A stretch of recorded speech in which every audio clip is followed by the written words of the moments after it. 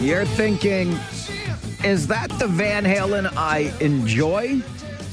Or is that the Van Halen I enjoy a little less? It was on this day in 1986 that Van Halen released their 7th studio album. That album was called 5150. And that song, Why Can't This Be Love, came from that 7th studio album by Van Halen, 5150. Here's the thing. It was the first of Van Halen's 4 albums to be recorded with lead singer Sammy Hagar, not David Lee Roth, who was replaced by Hagar. And some Van Halen devotees are all Hagar all the time. Others preferred the David Lee Roth version of Van Halen. I liked David Lee Roth, but hey, Hagar wasn't a bad replacement. And Why Can't This Be Love was on the album 5150, which was released on this day back in 1986. This day is Monday, because you woke up to that icky, awful stuff, right? No, I don't mean, believe it or not, I don't mean the federal election campaign that's now underway. I mean the coating of snow that we had here in the region. This has got to be it, right? We're into that false spring where winter is just hiding around the corner, waiting to pounce, and it has. It's not too bad. A little slushy out there today, just goopy, wet snow. At least that's what I cleaned off my car, and it sounds like we will warm up as the week goes on. So we'll get through this together, okay, and engage in some conversation on the show today. I, for one, am extremely happy that the OHL's regular season is over. We've made it through another 68 games, and it was easy. It was easy for 2 reasons. One is I get to work with a guy like Paul Fixter, who I have a ton of fun with, and I love what he brings to our Kitchener Rangers broadcasts here on 570 News Radio. And the team was winning an awful lot. It was winning an awful lot. So we got to celebrate with the team last evening as they handed out their awards for the regular season. And now we get ready for the playoffs, which open on Friday. That game yesterday in Guelph, I mean no disrespect to anyone involved in it, but my goodness gracious, it almost put you to sleep at times because it was utterly meaningless. It meant nothing to the Rangers, who are headed to the playoffs. It meant nothing to Guelph, who are not headed to the playoffs. Now I can't wait for the real stuff to begin. And as I said, that will happen on Friday, and we'll get you all set for that big game against Flint to open the playoffs when Friday rolls around. Right now, let's get to your Farwell Show 5 for this Monday morning. Number 1, we have officially entered a federal election campaign after Prime Minister Mark Carney visited the Governor General yesterday and asked for Parliament to be dissolved. Carney then shared his vision as Liberal leader. We are facing the most significant crisis of our lifetimes because of President Trump's unjustified trade actions and his threats to our sovereignty. Our response must be to build a strong economy and a more secure Canada. Conservative leader Pierre Poilievre, meantime, who once held a 20-point lead in the polls, also outlined his vision for voters. We cannot afford another lost Liberal decade. We need to put Canada first for a change, with a new Conservative government to axe taxes, reward work, unleash entrepreneurs, harvest our resources, make things here, build homes for our youth, secure our borders, rebuild our military, honor our history, and raise our flag. We will go to the polls on April the 28th. David Drewe, of course, will be here as he is every Monday morning at 11:30 for Drewe's Views, and we will break it all down when David arrives. Number 2 on your Farwell Show 5 this morning. Grand River Transit is warning of bus delays as striking outside workers once again picket outside the bus depot on Strasbourg Road. The strike by more than 200 regional employees is now entering a 4th week. The region tabled what it called a final offer last week. Number 3, all but 6 Hudson's Bay stores in Canada will be selling off their inventory starting today. The liquidation comes after the company filed for creditor protection earlier this month. Customers can use gift cards until April the 6th, but loyalty points can no longer be used. The company is aiming to wrap up the liquidation by June the 15th. Number 4, the Kitchener Rangers ended the regular season with a 2-0 loss yesterday afternoon in Guelph. Kitchener opens the playoffs this Friday at home to the Flint Firebirds. And number 5, on your Farwell Show 5 this Monday morning, heartbreak for the University of Waterloo Women Warriors. But what a run at the National University Women's Hockey Championships in Elmira. Entering as the 8th seed, Waterloo's women's hockey team knocked off top-ranked Alberta before beating Concordia to earn a berth in yesterday's championship. But Bishops proved too much, downing Waterloo in yesterday's final, so we will settle for silver. Bravo, though, to the University of Waterloo for a terrific tournament and an inspiring effort. And that is your Farwell Show 5 for this Monday morning. A quick break. When we come back, I'm sure you heard during All News Mornings today with Christine Clark and Mark Douglas, a motion coming to our Catholic school board in the region today to update our flag protocol and political symbol policy. What the motion is requesting that for every day of the year, the Waterloo Catholic District School Board fly only the flag of Canada and the flag of Ontario outside of its facilities. No other flags shall be permitted. And yes, that includes the pride flag that has been flown outside schools in June for the last number of years. What do you make of this motion? We'll talk about it coming up on the Mike Farwell Show. This is 570 News Radio and Rogers TV.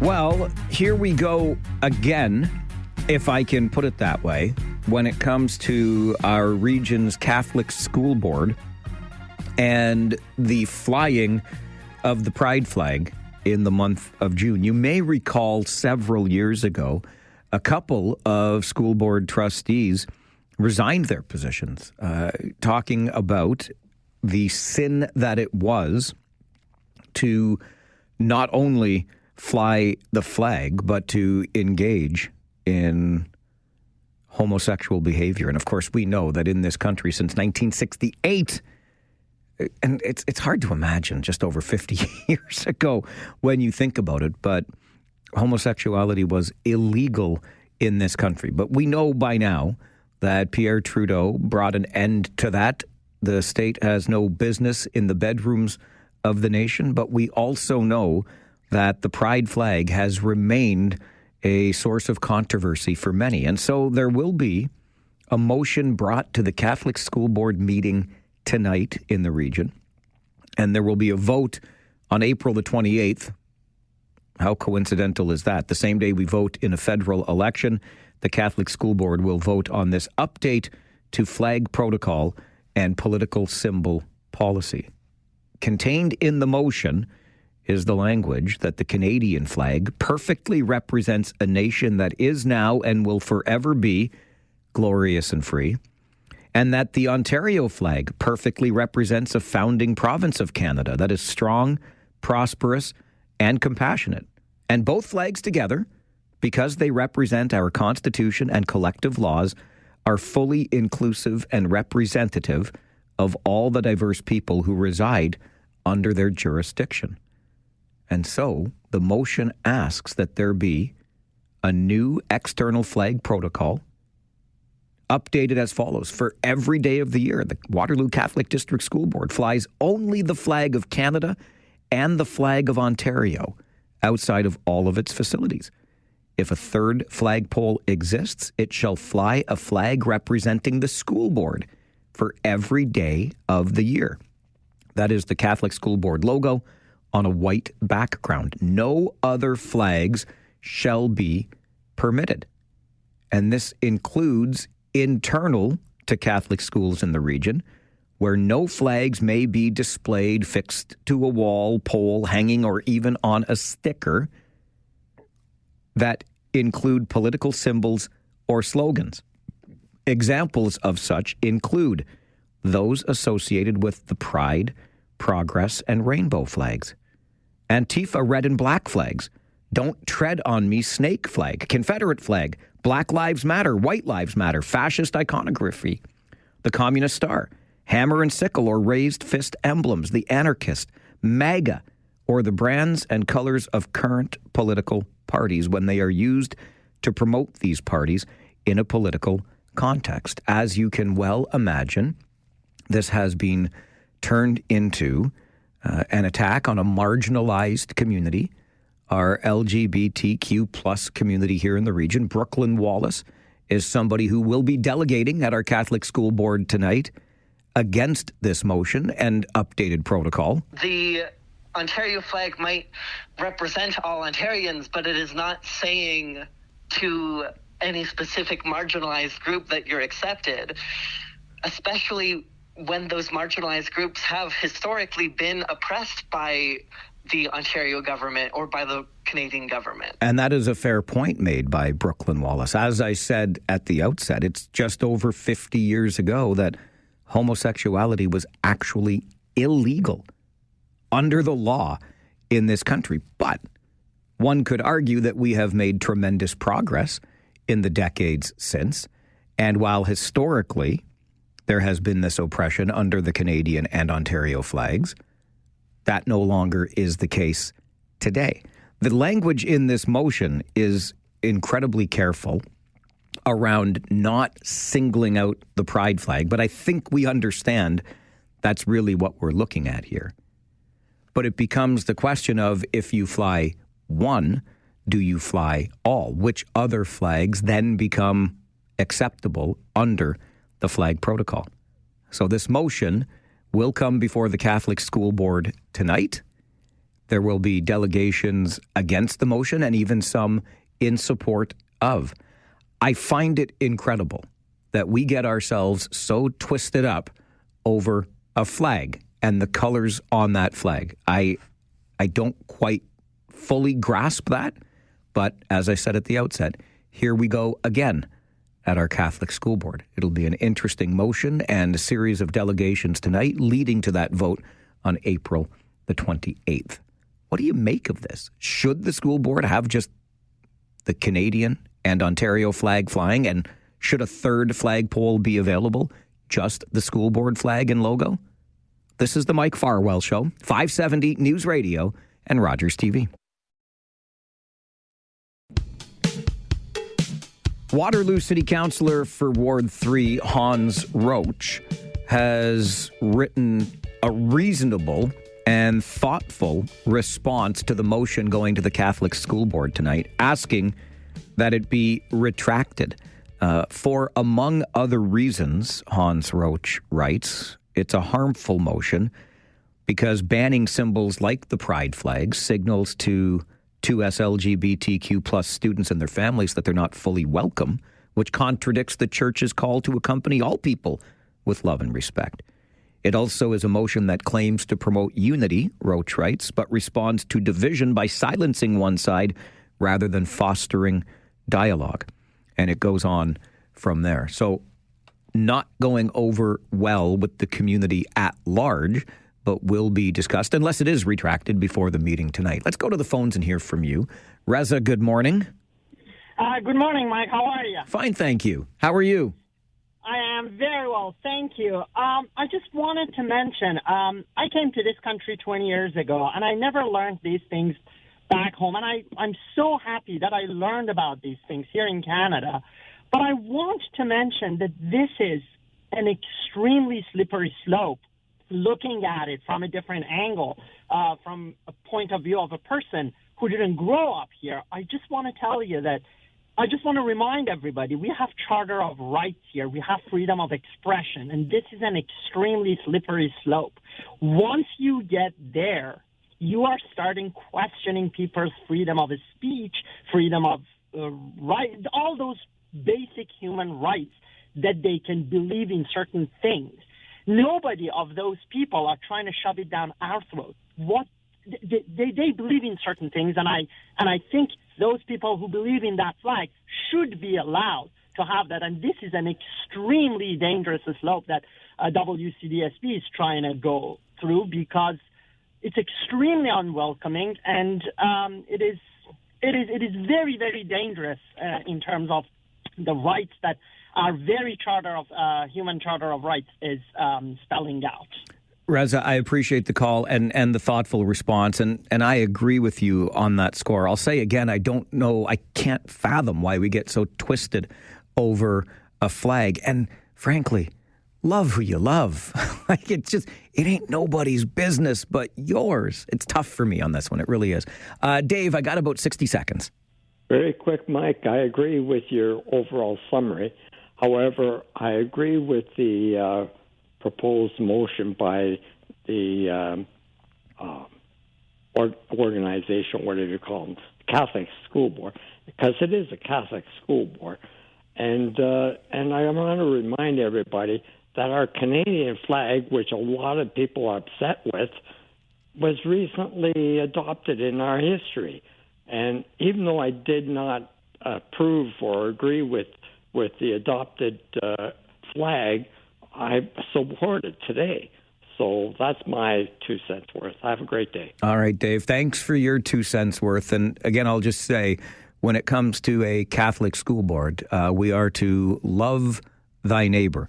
And I'm not sure this expressly does that. Let's get you an update from the 570 News Center, and then let's talk about that apparent absence of goodwill in Wilmot Township. That conversation coming up on the Mike Farwell Show, 570 News Radio.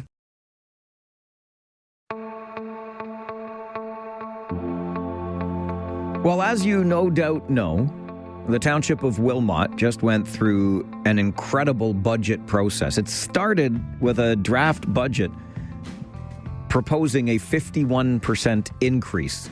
Ultimately, they settled just a little north of 20%. But in the time that the deliberations were underway, councillors held some town hall meetings in order to gather some feedback from their constituents. And one of those town hall meetings, to be hosted by Councillor Stephen Martin, was attended by a couple of other councillors. And what ended up happening was not a whole lot in terms of a meeting with constituents, because there was concern that quorum would have been reached, and that makes it an official township meeting, and this, that, and the other thing. So a complaint was filed with the township's integrity commissioner. The integrity commissioner found that councillors Wilkinson and Sidhu did not breach the township's code of conduct, but did believe there was an absence of goodwill on the part of those councillors.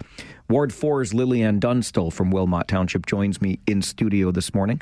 Thanks for stopping by. Good morning. No problem. Thank you for having me. You filed, along with Councillor Martin, the integrity commissioner's complaint. I did. Do you agree with the decision that was reached? I agree that the integrity commissioner had to follow the rules, and let me explain that a little bit. It's a little bit complicated in that the code of conduct that the township uses is the Ontario Human Rights Code. The Ontario Human Rights Code is designed for protected groups, so sexual orientation, ethnicity, religion, those types of things. And this complaint did not fall into any of those specific categories, and so he had to say that there was no, he didn't find an infraction against that conduct. However, he did go on to say that the Integrity Commissioner does not file a report if there is no infraction. They just close the file. They contact the complainant and say there was nothing here, and it doesn't become public. There's a reason for that. You don't want a bunch of allegations that are unfounded to be put out there in the public. However, the Integrity Commissioner took exceptional route here when he did actually send this in for the clerk for it to be made public and to be at our council meeting this evening. Was there, in your opinion, Lillian, the absence of goodwill that the Integrity Commissioner points toward? Absolutely. Absolutely. Why do you say that? Well, we had 200 people get out of their on January 4th in the cold, get into their cars and go to the New Hamburg Arena to hear their two ward councillors discuss the budget. And unfortunately, it got off at a very rough start when two of the other councillors came in, and that generated, or that put us in a situation where there may be quorum. And so that was an issue. To me, it wasn't the quorum issue. To me, the quorum issue had nothing to do with what transpired that day. And just so folks understand, if there is quorum, if there are enough councillors present, it becomes an official meeting of the township. Minutes have to be followed, agendas, rules, etc. Absolutely. Yeah. And the thing is that quorum is reached with a majority. So that varies from council to council. Our council has 6 people.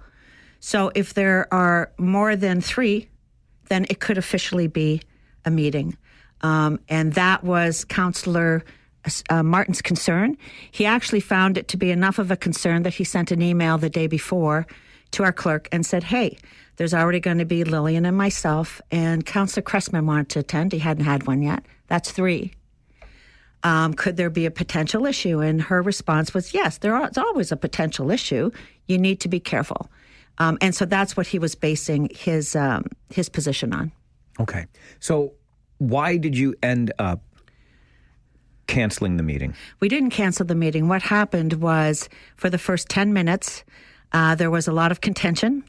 Councillor Martin went to the back of the room once Councillor Wilkinson arrived. He went to the back of the room and just said, we now have 4. There's myself, Lillian, Councillor Cressman had asked to attend, and now you. That could potentially be quorum, which the township can get fined as well as the councillor. Would you leave? This is being live streamed. Go home and watch it. And I was at the front of the room, so I didn't hear the how it transpired. However, it did get loud. I could tell that voices were getting a little loud at the back. It seemed disruptive and contentious. And then Councillor Martin came back to the front, told me that he refused to leave and that he could not go on with the meeting, and made an announcement to the group. And what has transpired since that time? Well, what transpired, I can tell you that a lot of my constituents were so angry, and I'm going to use their words, and their words were that they believed that their meeting was hijacked by councillors from different wards, and so that didn't sit well with them. So Councillor Martin and I filed the integrity complaint. We have the report, which I think is fair. And now we have to deal with the fallout. I'm hoping, you know me, I'm very direct, so I'm just going to be very direct. Our council is split. It's very evident. You don't have to be a rocket scientist to see that. And so we need to get to a place where we can actually start working together. Dysfunction is not serving our constituents well at all. And they elected us to move business forward. And I'm not sure we're doing that quite as effectively as we could be. I wondered about that split that does seem from the outside looking in to exist on council, and I want to get into that a little bit further. We're just up against the clock. I know you'll be happy. You brought treats. We can enjoy treats while we take this break. All right. Lillian Dunstall's the Ward 4 councillor in Wilmot Township. She joins us to talk about the Integrity Commissioner's report that did not find a breach of the Code of Conduct, but did find an absence of goodwill at that meeting earlier this year. We'll continue the conversation here on the Mike Farwell Show, 570 News Radio and Rogers TV.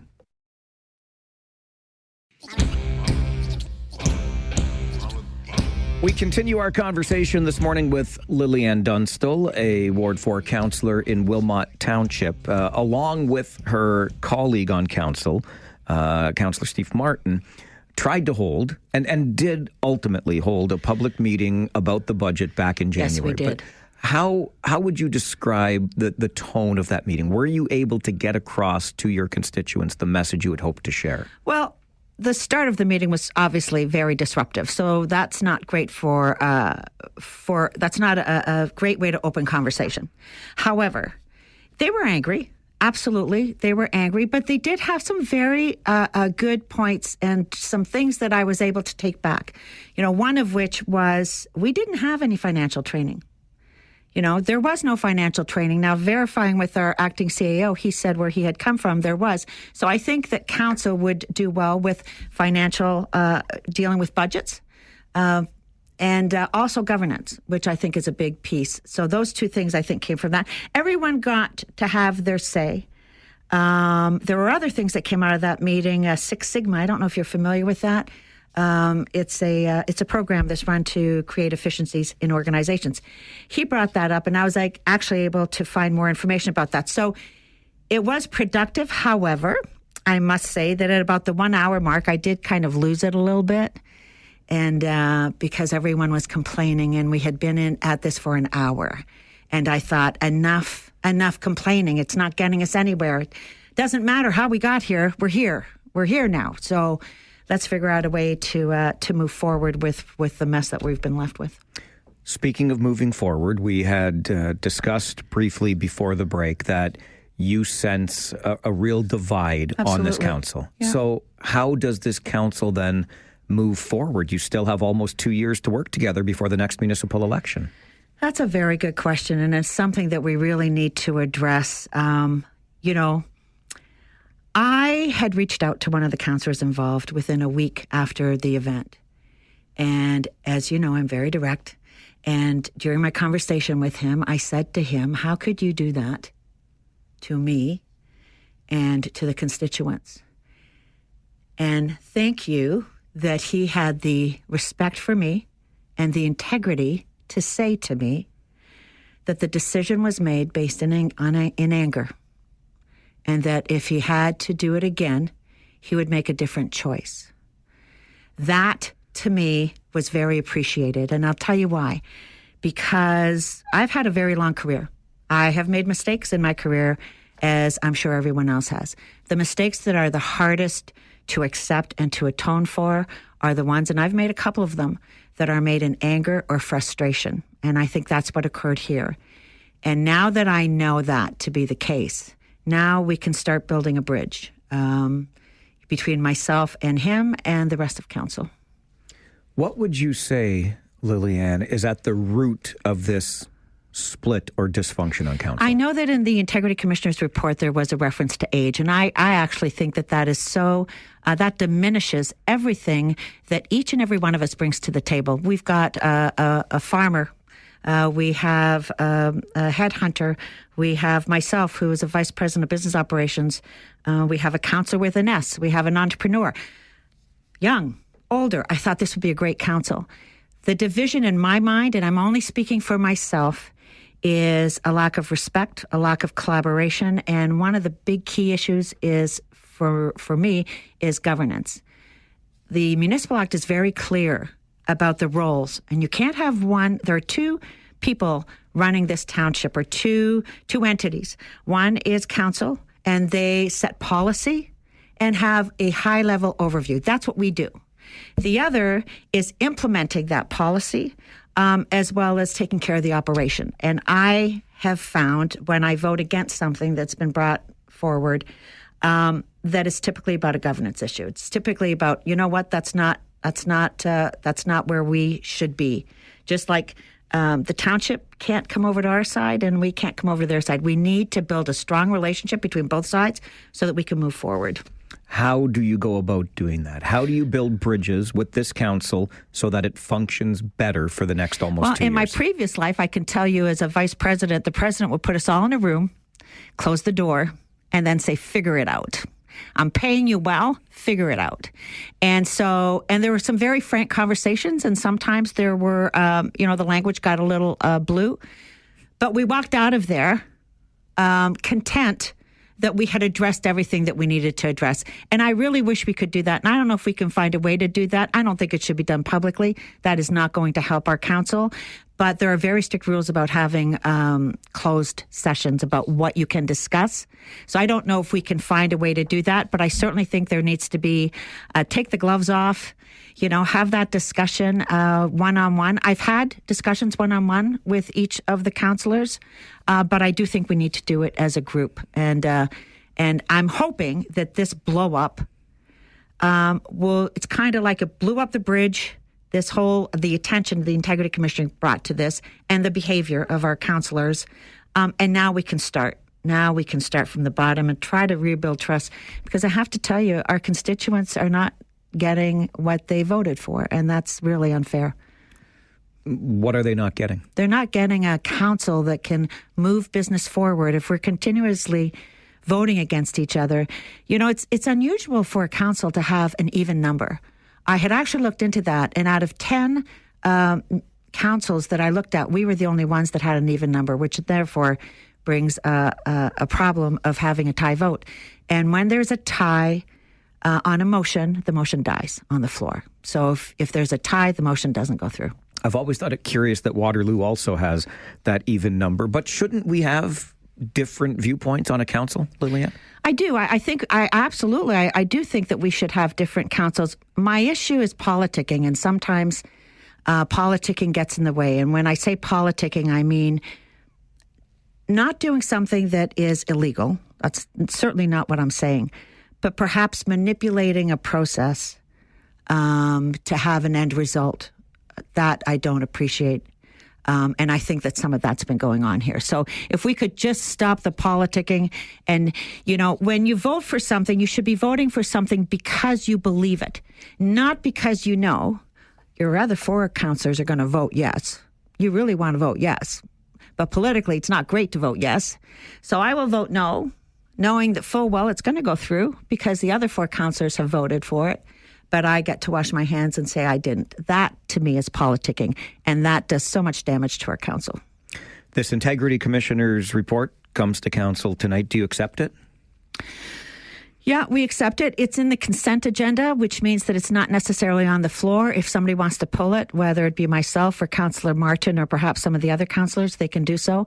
But I have a feeling that it will probably be discussed at tonight's meeting. Thank you for making time to discuss it with us this morning. Thank you for having me, and it's so nice to see your face in person. It is better than doing this on the phone, isn't it? Absolutely. Lillian Dunstall, Ward 4 councillor in Wilmot Township, joins us on the Mike Farwell Show this morning. 570 News Radio and Rogers TV.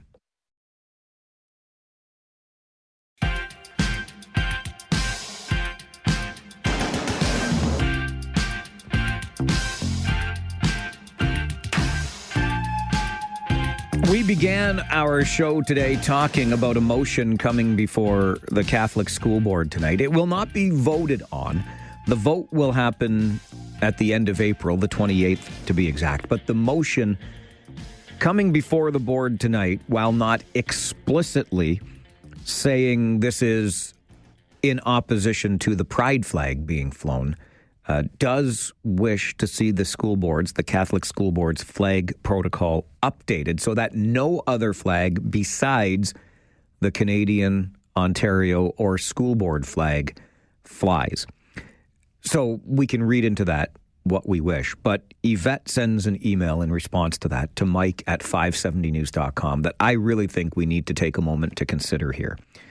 Morning, Mike. Yvette writes, I've called before but thought I'd send an email this time regarding the Catholic board and the flags they choose to fly. The board can choose to fly whatever flags it wants in the big scheme of things. However, I need to ask again, why, oh why, do we have a Catholic school board in the first place? Ontario, as many other provinces have done, should amalgamate school boards and cut out so much overhead spending as well as consolidate school buildings, which would help with repairs and upkeep. Sincerely, Yvette. Yvette, thanks for the email. I think there's only one other province. They got rid of school boards. That's what it was, boards of trustees, which I also think considering the complete and utter lack of political teeth that school boards have, we could probably do without them. Everything comes from the ministry anyway. But nonetheless, in this day, here we are into early 2025, almost to enter the second quarter of 2025. It's hard to fathom why we still have a public and a Catholic school board with separate funding for each. I think the time has long since passed that we move away from those very foundational divisions within school boards, Catholic, public, and just have one public school board to serve the entire province and all of the students within it. I absolutely have courses in religion, but I don't think we need a separate school board anymore. One would do just fine from where I'm sitting anyway. Let's get you an update from the 570 News Center, and then let's talk about the misinformation that runs rampant these days. Why is that, and how can we stop it? This is the Mike Farwell Show, 570 News Radio and Rogers TV.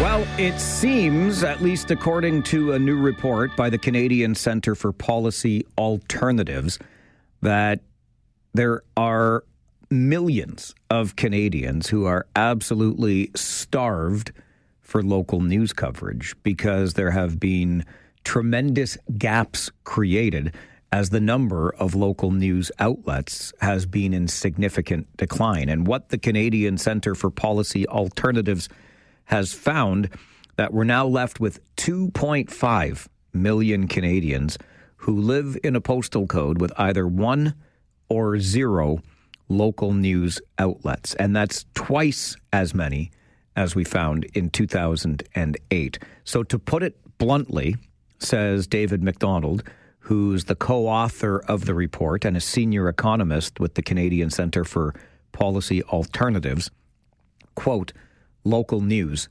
is dying. And that kind of language is the kind of language that sends a shiver down my very spine. We are endeavoring at this moment to connect with David McDonald so that he can talk more about this report and explain what the numbers look like and where we have gone wrong over these past 16 or 17 years since 2008, when maybe 1.25 million Canadians were living in a postal code with either 1 or 0 local news outlets. But McDonald writes in the report, without local news, disinformation, often from social media, will happily fill the void of high-quality, trusted local news. Now, I know we got into this conversation last week and it became a wee bit of a debate, if I'm being honest with you, or perhaps it became a little bit more of an all-out critique of the way we do things here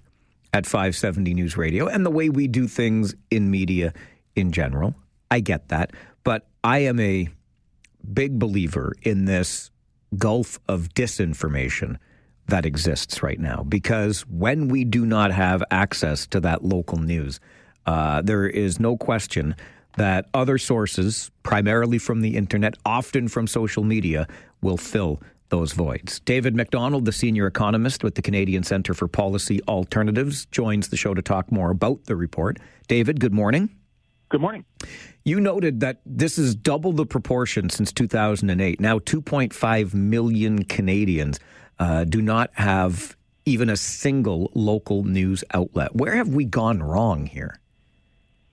Well, local news used to be funded on an ad-funded basis, which is to say it was produced through ads, sold in newspapers, sold on broadcast outlets, TV and radio, and social media, as well as search giants and things like YouTube, have completely bankrupted that model. And so that ad revenue has gone substantially online to other sources. And so as a result, if you are trying to produce local news on just that as a revenue source, you're in very deep trouble.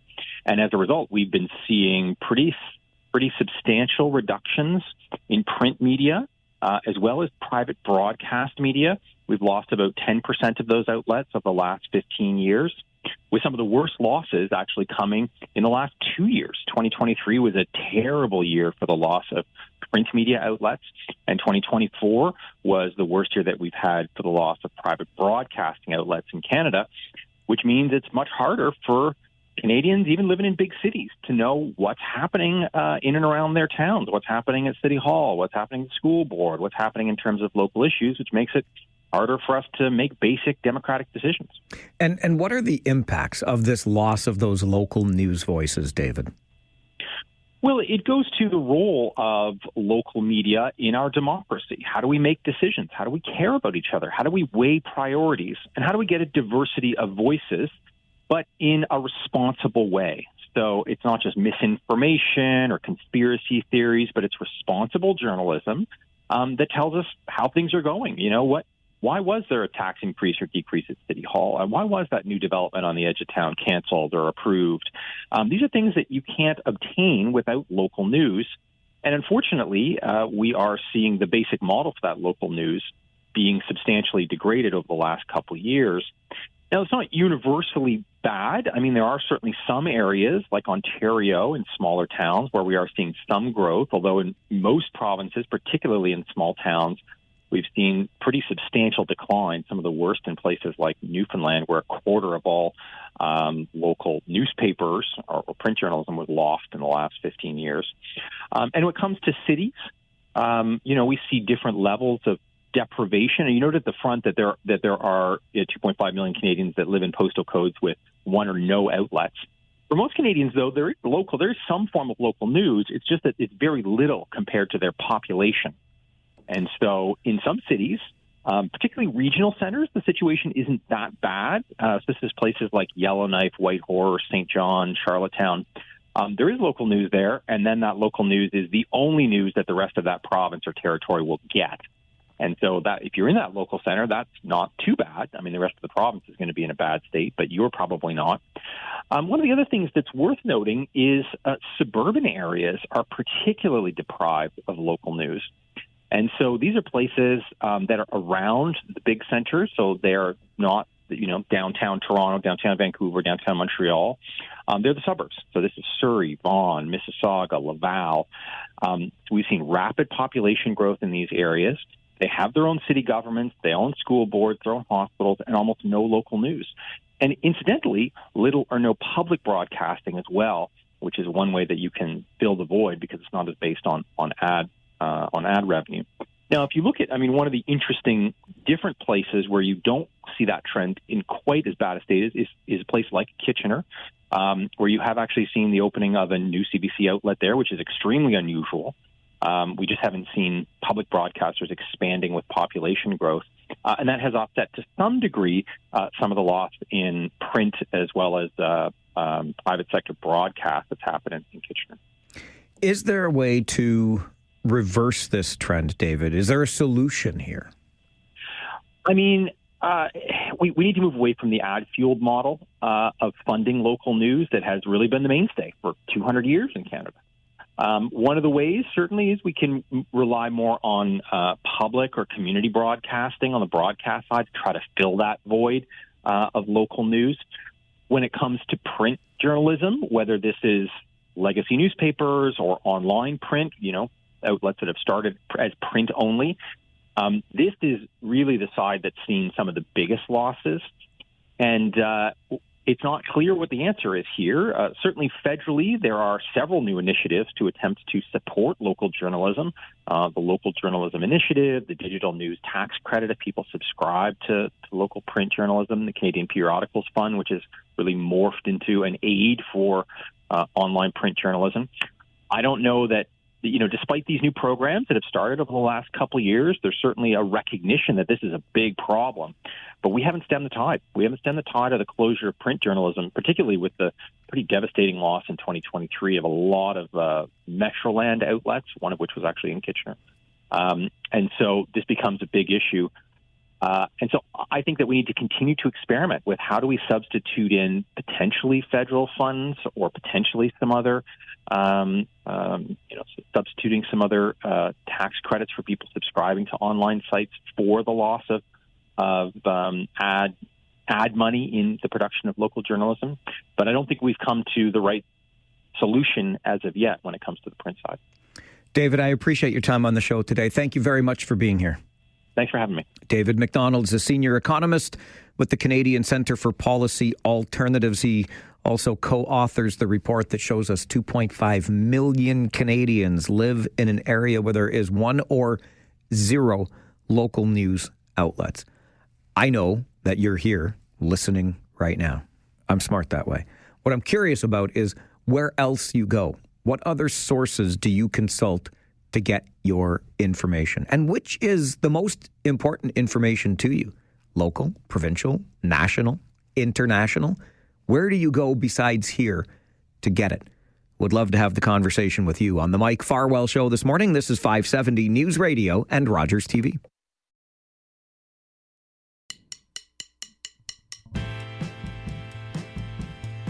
The last couple of years, there's certainly a recognition that this is a big problem. We haven't stemmed the tide of the closure of print journalism, particularly with the pretty devastating loss in 2023 of a lot of Metroland outlets, one of which was actually in Kitchener. And so this becomes a big issue. And so I think that we need to continue to experiment with how do we substitute in potentially federal funds.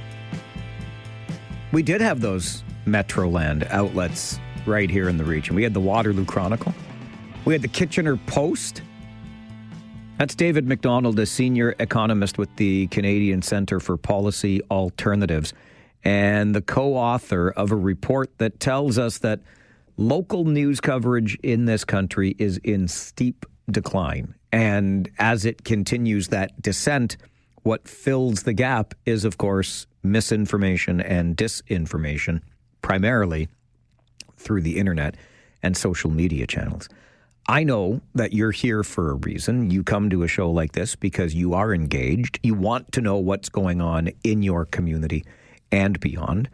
But I'm curious where else you might go to find the information that you crave. How reliable you find that information? I guess you must find it reliable if you're consuming it. One would hope that it is vetted by qualified and experienced reporters. 519-570-2545, star 570, and 1-800-570-5715.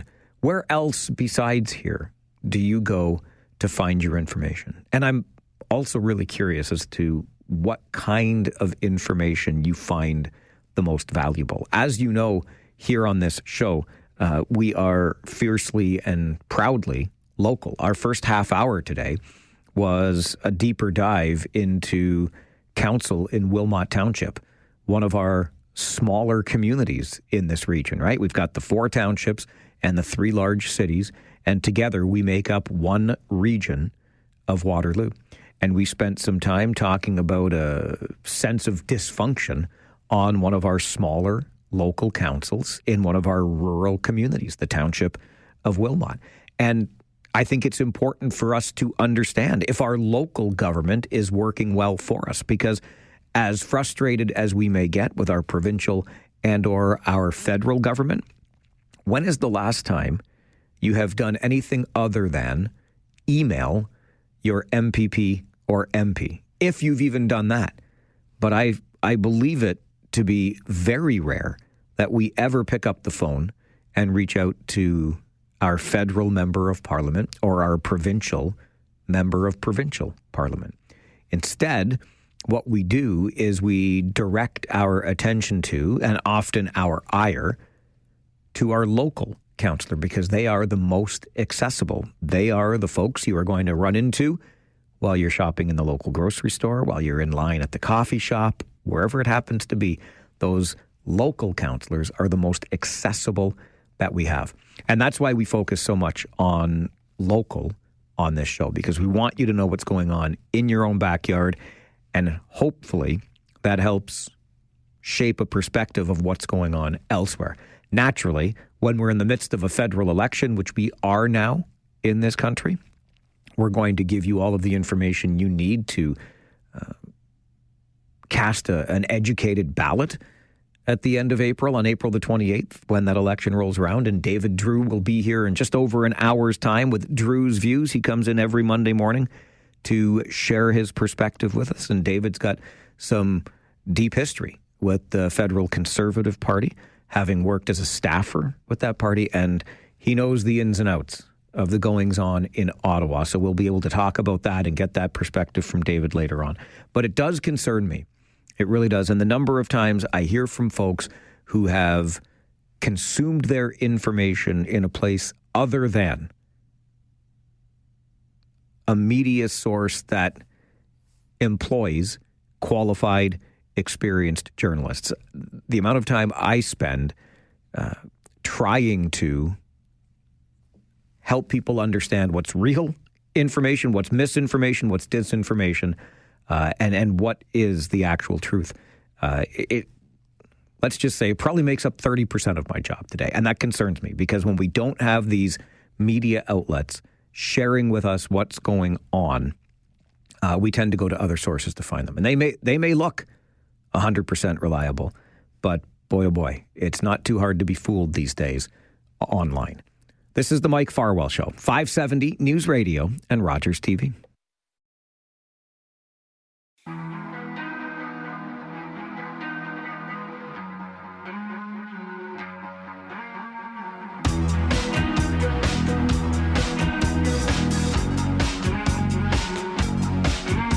It is federal election time. Liberal leader Mark Carney shared his vision with Canadians yesterday. We are facing the most significant crisis of our lifetimes because of President Trump's unjustified trade actions and his threats to our sovereignty.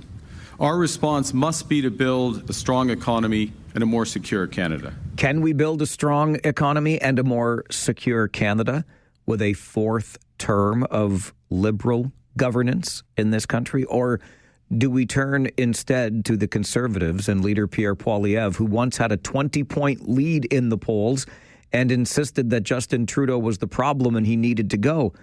Well, now Trudeau is gone, but it looks like it's a horse race, neck and neck between the Liberals and the Conservatives. This is Pierre Poilievre's vision for Canadians. We cannot afford another lost Liberal decade. We need to put Canada first for a change, with a new Conservative government to axe taxes, reward work, unleash entrepreneurs, harvest our resources, make things here, build homes for our youth, secure our borders, rebuild our military, honor our history, and raise our flag. I think the real question becomes whether or not this is really an election about who is best to deal with Donald Trump, because that is absolutely the prevailing narrative, or is this election about who can best position Canada for the next 4 years and beyond? We absolutely have to find ways to look out for ourselves better than we ever have before, because that closest neighbor and ally upon whom we have long relied is no longer reliable at all. An interesting 5 weeks ahead. This is the Mike Farwell Show, 570 News Radio and Rogers TV.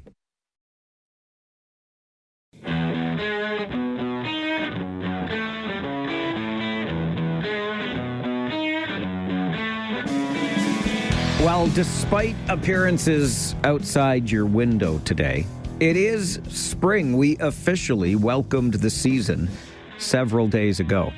We're in that false springtime, though, where winter's just waiting to pounce. And pounce it did overnight, but that's not going to derail the the spring market, which is coming to Elmira this weekend. And here to tell us more about it is Maxine Metzger, who's the founder of Joyful Vendors, and that is who is putting on this spring market this weekend. Nice to see you as always. Good morning. Good morning, Mike. Good to see you too. What an incredibly busy time it is in the little town of Elmira. You just had the U Sports Championships, the Syrup Festival's coming up, and in the midst of it all, let's do a spring market. Absolutely.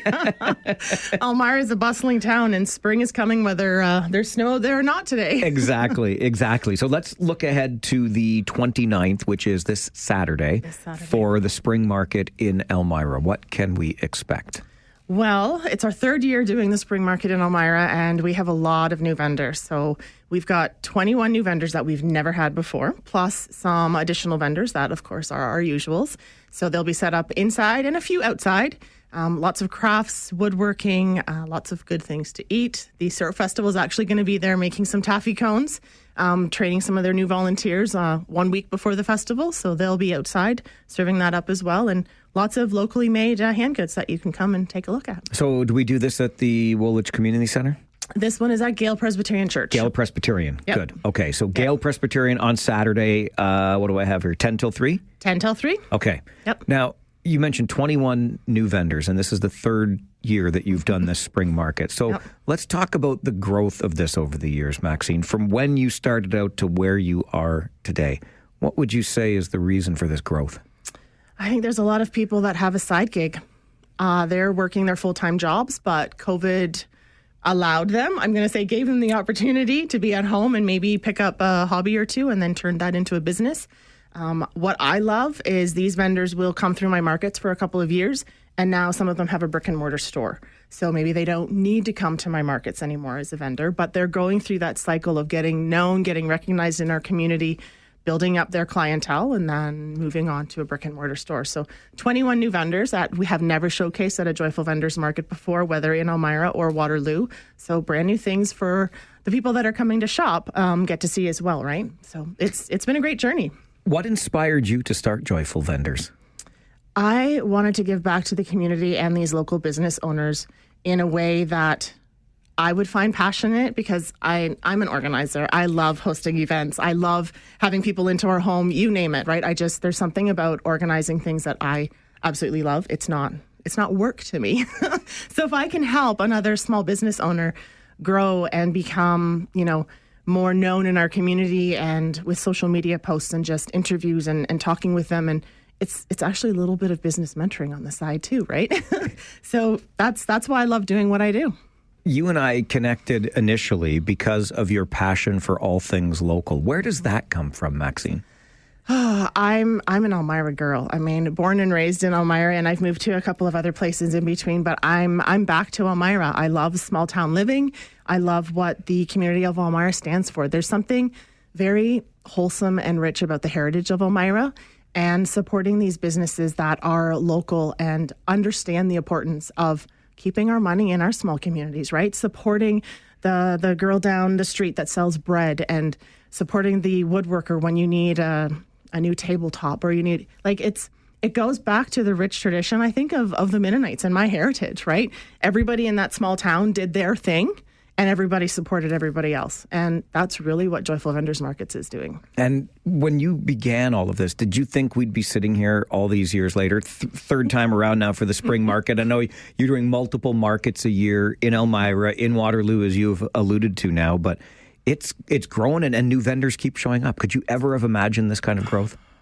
I don't want to say no, because because I knew that growth was possible. I guess I didn't know how much fun and the speed at which things would grow. I knew that, there could be an event maybe once or twice a year, but to celebrate the start of every new season with a vendors market, so 4 in Elmira and 2 or so in Waterloo, I didn't know it would grow this rapidly. There really is an appetite, though, I think. I love your point about supporting local. If you're going to buy something, buy it from that person in your community who is making it, providing it, etc. I get the sense that we, as a community, have really adopted that approach too. Absolutely. Yeah. The locals are expecting it. We have our repeat customers. Sure. You know, there's a group of people that are going to be at every event that Joyful Vendors Markets hosts, and they love it, right? Why not support somebody who is your neighbor, who just moved into town, who has a new business, or has maybe brought their business from out of town, but now they're running it out of Elmira. So it's really the small town feel, but there's a lot of people from outside of Elmira that come up too, which is great. We welcome them as well. Absolutely. Show off a little bit of Elmira, right? Yep. There's lots going on in Elmira. We just got to show it off with the Youth Sports Hockey Championships. More Absolutely. people will pour in for the festival, the Elmira Maple Syrup Festival, when it starts. Remind us again, Maxine, 10 till 3 Saturday at Gale Presbyterian Church. What are we going to find at the Spring Market? Yep. There will be 35 local vendors. Everything from crafts and handmade items, soaps, toys and gifts for kids, lots of things for Easter, food vendors, you name it. It's a full day of a shopping experience and all supporting local businesses. Easter. That's coming too. It is spring, right? I don't care spring. what I see out this window. It's spring. Spring is here. Spring is here. Well, at least it's going to start on Saturday. Absolutely. Okay. Is there a place we can go online for more information, contact you, etc.? Absolutely. Yeah. You can go to joyfulvendorsmarket.com. We're also on Facebook and Instagram. Joyfulvendorsmarket.com. The third annual Spring Market happens Saturday from 10 till 3 at Gale Presbyterian Church. That's on Barnswallow Drive in Elmira. Love what you do. Keep it up, and thanks for being here this morning. Thanks, Mike. Maxine Metzger joins us in studio. She is the founder of Joyful Vendors here on the Mike Farwell Show. 570 News Radio and Rogers TV.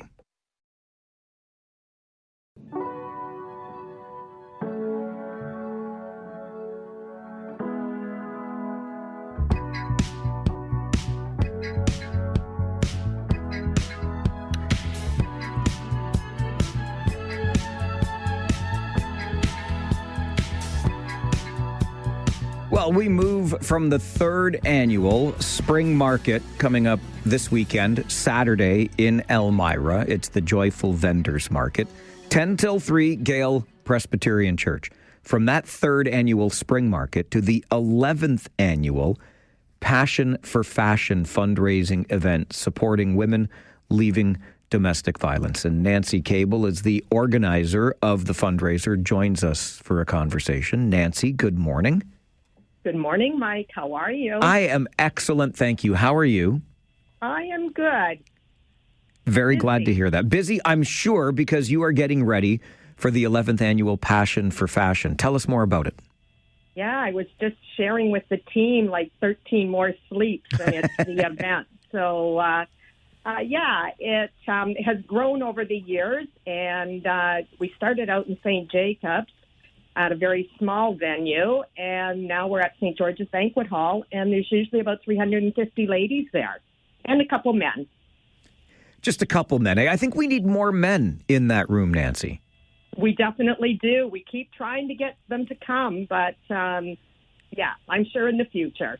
Absolutely. So you mentioned 13 sleeps. This all takes place on Monday evening, April the 7th, as you mentioned, at St. George Banquet Hall, because you've grown now into the hundreds of attendees. What happens at the Passion for Fashion event, Nancy?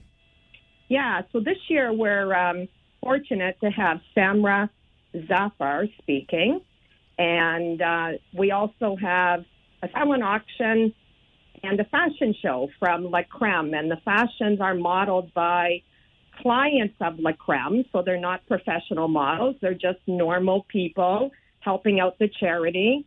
And so there's a fashion show, and the ladies walk around to the tables so you can see the clothes up front and close. And why do we do this? Why do we do this? So to raise money to assist women and children that leave abusive relationships. So L&M started this 18 years ago, and they advertised a couch that somebody could have for free.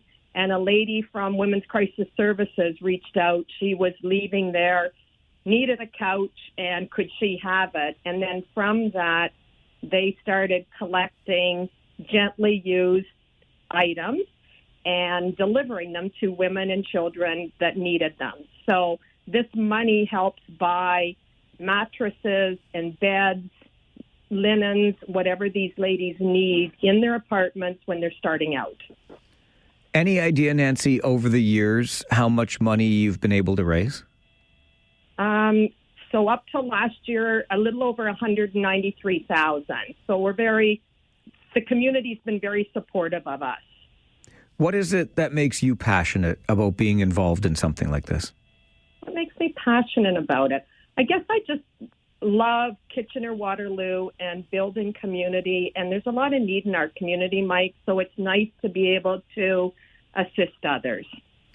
How can we get involved, Nancy, especially some of the men who might be listening today? I mean, it's great that we have hundreds of women show up every year, but a few more men would never hurt. How can we get involved?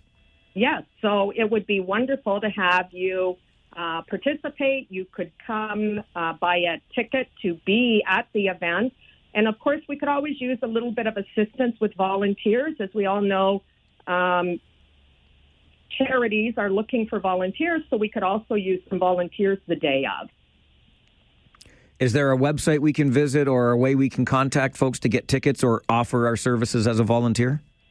Yeah, so you can reach out to Lifestyle Financial, 519-744-5433, or, of course, there's the Y website, and if you send an email there, they would definitely connect us. So the www.ywkw.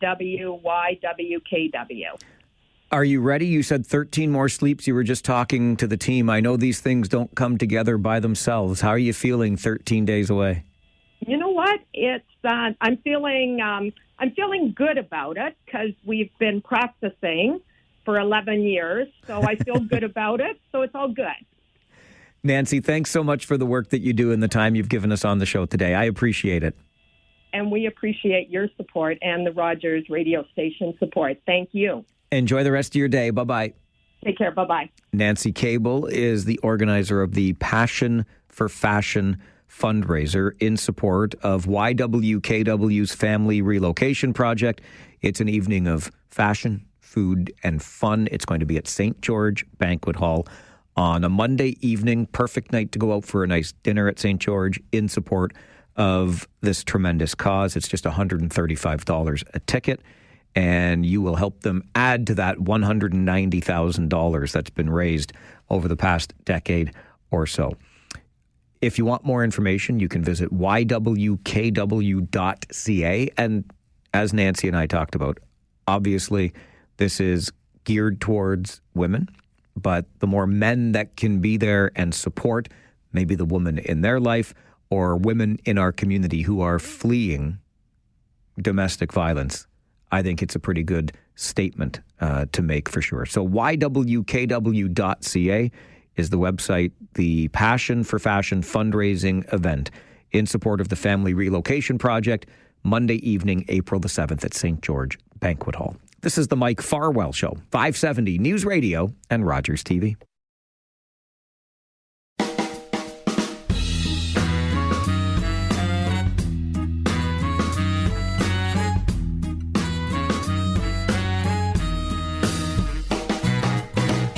The big question is whether or not our premier is safe. Is Doug Ford okay?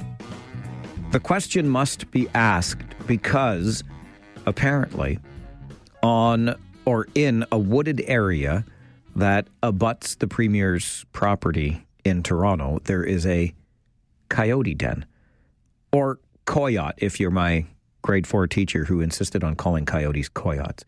I always just knew from the Roadrunner cartoons, right? And Wile E. Coyote. Anyway, a coyote den in a wooded area that abuts the premier's property in Toronto.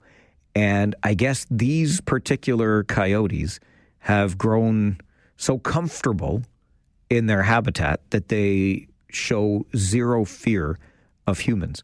So police who would patrol as part of their detail to provide security for the premier had run-ins with coyotes to the point that the police officers were saying, I don't want anything to do with this particular patrol because we keep having run-ins with coyotes who show zero fear of our presence. And really, we were left in situations whereby we either fled or took the attack or we shot. Now, no coyotes were shot in the telling of this story or prior to the telling of this story. but it is a going concern in the west end of Toronto and other areas where these coyotes are showing up more and more frequently. And welcome to your latest urban nuisance.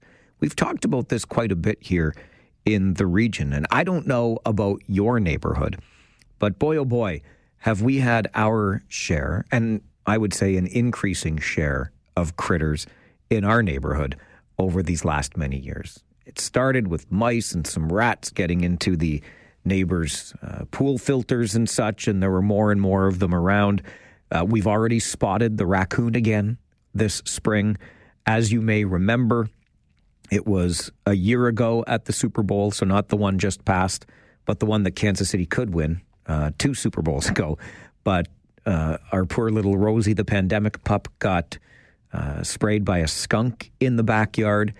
And it just seems to me that the more places we build and the more displacement of these critters from the environments they had been inhabiting, the more they are spreading into our urban backyards and our other urban, densely packed neighborhoods these days. There is something else that wanders the streets. I've seen it before. And I say something else because I don't know exactly what it is. It looks a lot more fox-like. Maybe it is a coyote. I'm no expert on the animals that roam the streets and the parks and the empty fields after hours, but I know they're out there. And I've seen this particular one on many occasions, just kind of lurking about the streets. We were out walking one night, Rosie and I, and we were near a wooded area, and a car driving down the street stopped at the corner as we were turning and said, "Be careful if you go this way. There have been coyotes seen in this park, and if they see your dog on a leash, they are not going to take any too kindly to it at all." So I quickly took a different route on the rest of our walk and tried to stay away from that wooded area.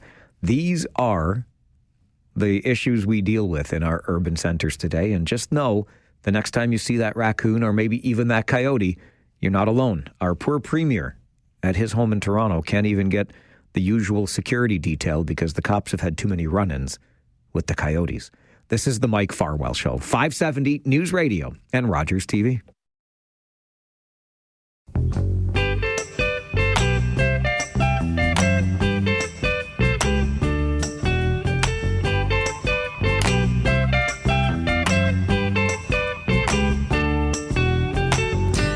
Hey, where did we go?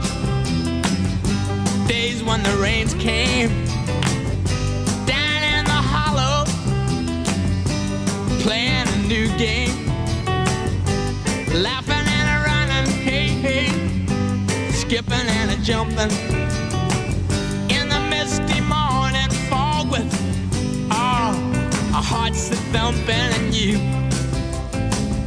a brown-eyed girl. One of my all-time favorites from anyone. Just one of my all-time favorite tunes. That, of course, is Van Morrison and Brown Eyed Girl. Monday mornings at this time, we do a little something called This Week in Music History.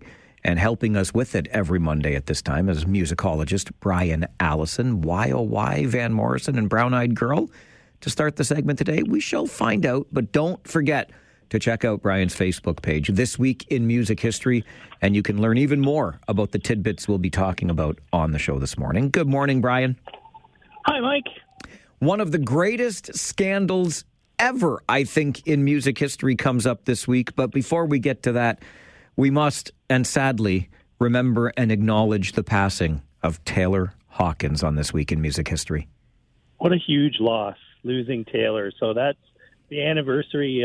Tomorrow will be 3 years that we lost Taylor Hawkins. And yeah, just a really, really sad loss. Taylor was an amazing drummer. Obviously, his career with the Foo Fighters is well documented. And he was just an all-around nice guy. Anybody that ever met Taylor said he was very down to earth and, you know, just a super nice guy. His drumming was incredible. I think he just fit into the Foo Fighters absolutely perfectly. I mean, must have been a tough gig when you look at it. He was drumming behind Dave Grohl, who was the drummer for Nirvana and a very particular kind of drummer. So, Taylor passed away. It turned out to be a heart issue that was exacerbated by some drug use. And we mourn Taylor to this day. It was a sad day when we lost him. No question about that. True confessions here, Brian. When I was a kid and I was a massive fan of the song "The Tide Is High," I thought Blondie was a person, not a band. But Blondie also, the band, factors into this week in music history. They do, for sure. And it was March 28th, 1982, that Blondie scored their fourth number one hit on Billboard 100, which was Rapture. Now, you're correct. The band was called Blondie, but they took their name from Deborah Harry, the lead singer, when she would be walking around New York City where the band formed. Cab drivers and men would call out, "Hey, Blondie," when she was walking down the street. And they just took that, and said, it's a great name for the band. Let's be called Blondie. I think it kind of became Deborah's moniker over the years, but it stuck anyways. But Rapture was a significant song. It was their 20th single, and it was appeared on the album Auto American, which was a great record. Spent 2 weeks in the top spot, and was the first U.S. hit to feature a rap section. So Deborah and the band from New York, they were very in tune with the budding rap scene, which was just sort of coming out of the streets of New York and this new art form called rap. And they put a section in Rapture where Deborah actually did a brief rap. And I remember when that came out, and I remember the reaction. People were like, "That's really weird. She's like talking in the middle of a song," because rap wasn't, a mainstream thing then. But it opened the doors. It was a nod to a new art form that was coming along, and Blondie, put that on the map. And it wasn't long after that rap started to hit the charts as its own entity, and look where we are today. It's a viable art form. No question about it, some 40 plus years later, for sure. Okay, that biggest scandal. I mean, I'll never forget this, Brian, and I wasn't even a huge fan of the song when it first came out, but this literally changed the way I listened to music, because I thought, what a bunch of frauds they were. And the class action lawsuit was approved on This Week in Music History, connected to one of the biggest scandals I can remember in music. It was a bombshell, for sure. So we're going all the way back today, March 24th, 1992, the Milli Vanilli scandal. So this had hit in November of 1990, when it was revealed that this band, who had sold 30 million singles and 14 million albums. So this wasn't an insignificant song. Milli Vanilli was everywhere. I don't know if I wasn't a huge fan of that genre at the time, but I appreciated what Milli Vanilli was doing. But then it broke in late 1990 that the two fellas who were forming the band Milli Vanilli didn't actually perform on any of the album. It was studio singers and studio musicians, and then they found Rob and Fab, who were the lead singers or proposed lead singers, to sort of front this band and lip sync, because apparently they couldn't sing well enough to do it live. So they said, "Well, you guys look good, so we're going to put you out front." But this upset fans, and there was actually a class action lawsuit. A lot of people don't know about this, but there was a class action lawsuit that went to court suing the band, and fans wanted their money back. So it was on this day in music history, a Chicago court settled the class action lawsuit. They approved up to $3. $3? $3 for any fan that could prove that they bought the band's music before November 27th, 1990, and the scandal broke in November 90. So if you could prove to the court that you purchased their album or their tape, it would have been CDs, yeah, for sure, back then. No downloadable music, of course, in the 90s. But if you could prove that you purchased their album prior to November 27th, 1990, you'd get $3 returned to you as compensation for the trauma caused by the Milli Vanilli scandal. I'm still traumatized by it. $3 wouldn't have done it, Brian. I know that I will admit, I had a copy of the CD, not for my own personal use. I was not a fan of the band, but a friend and I were doing some DJing back then. And of course, you had to have whatever was the latest. So we would kind of go to the CD stores and like, yeah, we're going to have to buy Milli Vanilli. I think we had a New Kid CD, because people would come up and request it. You have to play it, right? So I'm pretty sure we had a copy. I don't remember if I ever got a refund for my Milli Vanilli CD. I love it. I love it. Brian Allison joins us every Monday morning at 11 o'clock for This Week in Music History. If you want to get on the cover of the Rolling Stone, do you just have to sing about it? And why did we play Van Morrison to start the segment today? Don't forget Brian's Facebook page, This Week in Music History, and we continue the conversation on the Mike Farwell Show, 570 News Radio and Rogers TV. Monday mornings, 11 a.m. are reserved for This Week in Music History. Musicologist Brian Allison joins us weekly for the segment. Let's go way back, Brian, in This Week in Music History, all the way back to 1956 and the King of Rock and Roll. Thank you very much. He dropped the big one. So March 23rd, 1956. We're going back to when our parents were teenagers here, Mike. This is a long time ago. Indeed. Elvis Presley released his self-titled debut album on RCA Victor. And this hit like a bombshell. 12 songs were recorded in Nashville, New York, and Memphis between 1954 and 56, included one of his most memorable, iconic numbers, which, of course, was Blue Suede Shoes. It was a Carl Perkins song, which Elvis made famous. And the album spent 10 weeks at number one on the U.S. charts and was really the first time a rock and roll, quote-unquote, rock and roll record had topped the charts. So this was a big, big letter day in rock and roll with the release of Elvis's first album, which pretty much put rock and roll on the map. I am a massive Billy Joel fan. I will not tell a lie. And I know the song was a huge hit, but I'd say Piano Man really got its due on This Week in Music History. It certainly did, and long overdue. I even learned something about this song in doing my research for the segment this week.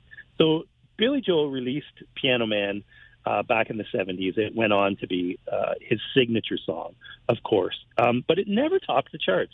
I always figured that Piano Man was a number one hit, but it never hit number one. It made it to number 25, only on the top 100 in 1974. But, of course, became Billy's signature song. But in 2016...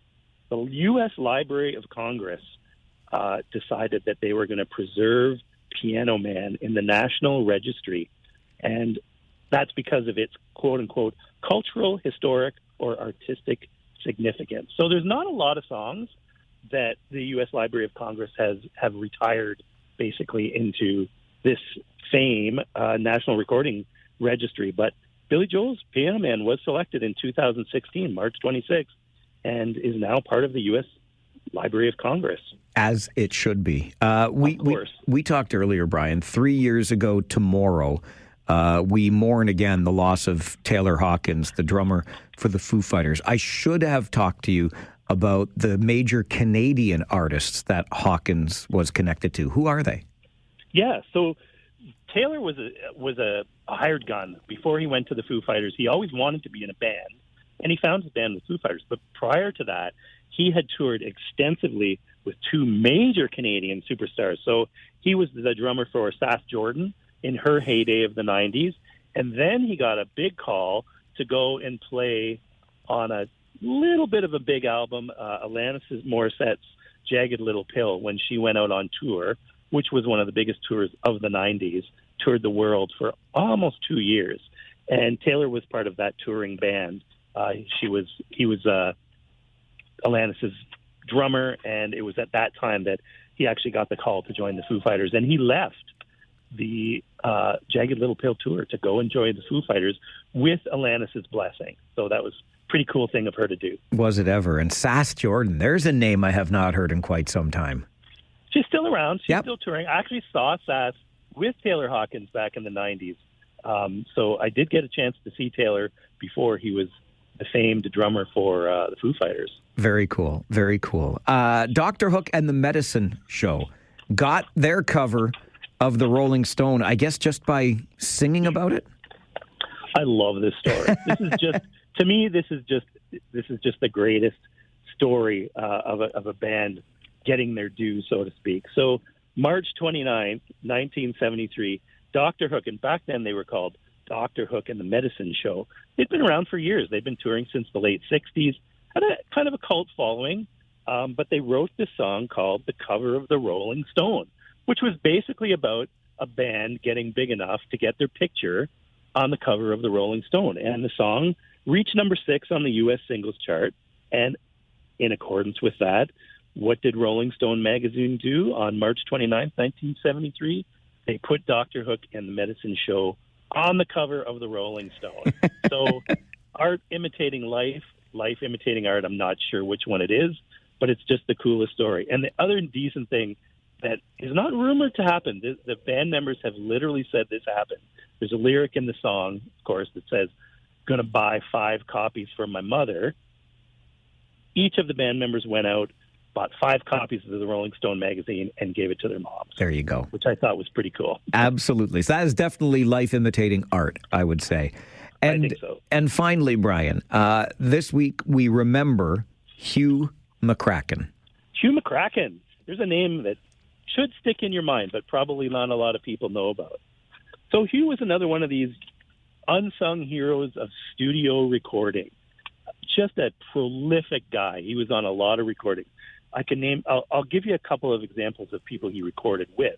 He recorded with Steely Dan, Billy Joel, Roberta Flack, B.B. King, John Lennon, Paul McCartney, The Monkees, Paul Simon, Art Garfunkel, James Taylor, Bob Dylan, Carly Simon, Van Morrison, Gary Wright, Andy Gibb, The Four Seasons, Hall & Oates, on and on and on. That's an amazing... A lot of recordings, yeah. Yeah. And you started off the show playing Brown Eyed Girl by Van Morrison, that catchy guitar riff that you hear in for Brown Eyed Girl, that's Hugh. Incredible. And I did not know that until you came along this week, Brian. He passed away on March 28th, 2013, at the age of 70. The coolest story about Hugh that I was able to find, his recording, his ability as a session recording was so prolific that he was given an invitation in 1971 to join a band. And he turned down that. He didn't want to be in a touring band. He wanted to continue his studio work because he had so much. The person he turned down to be in his touring band, Paul McCartney, to be the bass player in Wings. Wait a minute. Paul McCartney says, "I would like you to be in my band," and Hugh says no? Don't forget, Paul McCartney's a bass player. So he was offered a spot to play bass or guitar in Wings if he chose to take it. And Hugh McCracken said, "Yeah, you know what? I'm kind of busy with the studio work right now. I got a lot of stuff lined up. I think you better find somebody else to be in your little post-Beatles band." So let me see. Pete Best should have stuck on as the drummer, and Hugh McCracken maybe should have joined McCartney in Wings in 1971. I did catch an interview with Hugh before he had died that was documented, and he said he had no regrets about not joining Wings. He was good friends with Paul McCartney. He just didn't really want to be in a touring band. He preferred his studio work. He preferred a variety of, recordings and didn't want to get stuck in a rut playing the same, 15 or 20 songs every night. So he politely declined and said, "Thank you, Paul. I get that you're a Beatle and this is probably a great gig, but I'm going to stick with what I got here. I'm happy." I love it. Absolutely love it. Another great week, Brian. Thanks so much for being here this morning. Always my pleasure. I'll talk to you next Monday, Mike. Look forward to it. Bye-bye. Okay, see ya. Brian Allison, musicologist, This Week in Music History. Make sure you check out his Facebook page, This Week in Music History. More about these stories and so much more every week as Brian joins us Mondays at 11 for This Week in Music History. It's part of the Mike Farwell Show on 570 News Radio and Rogers TV.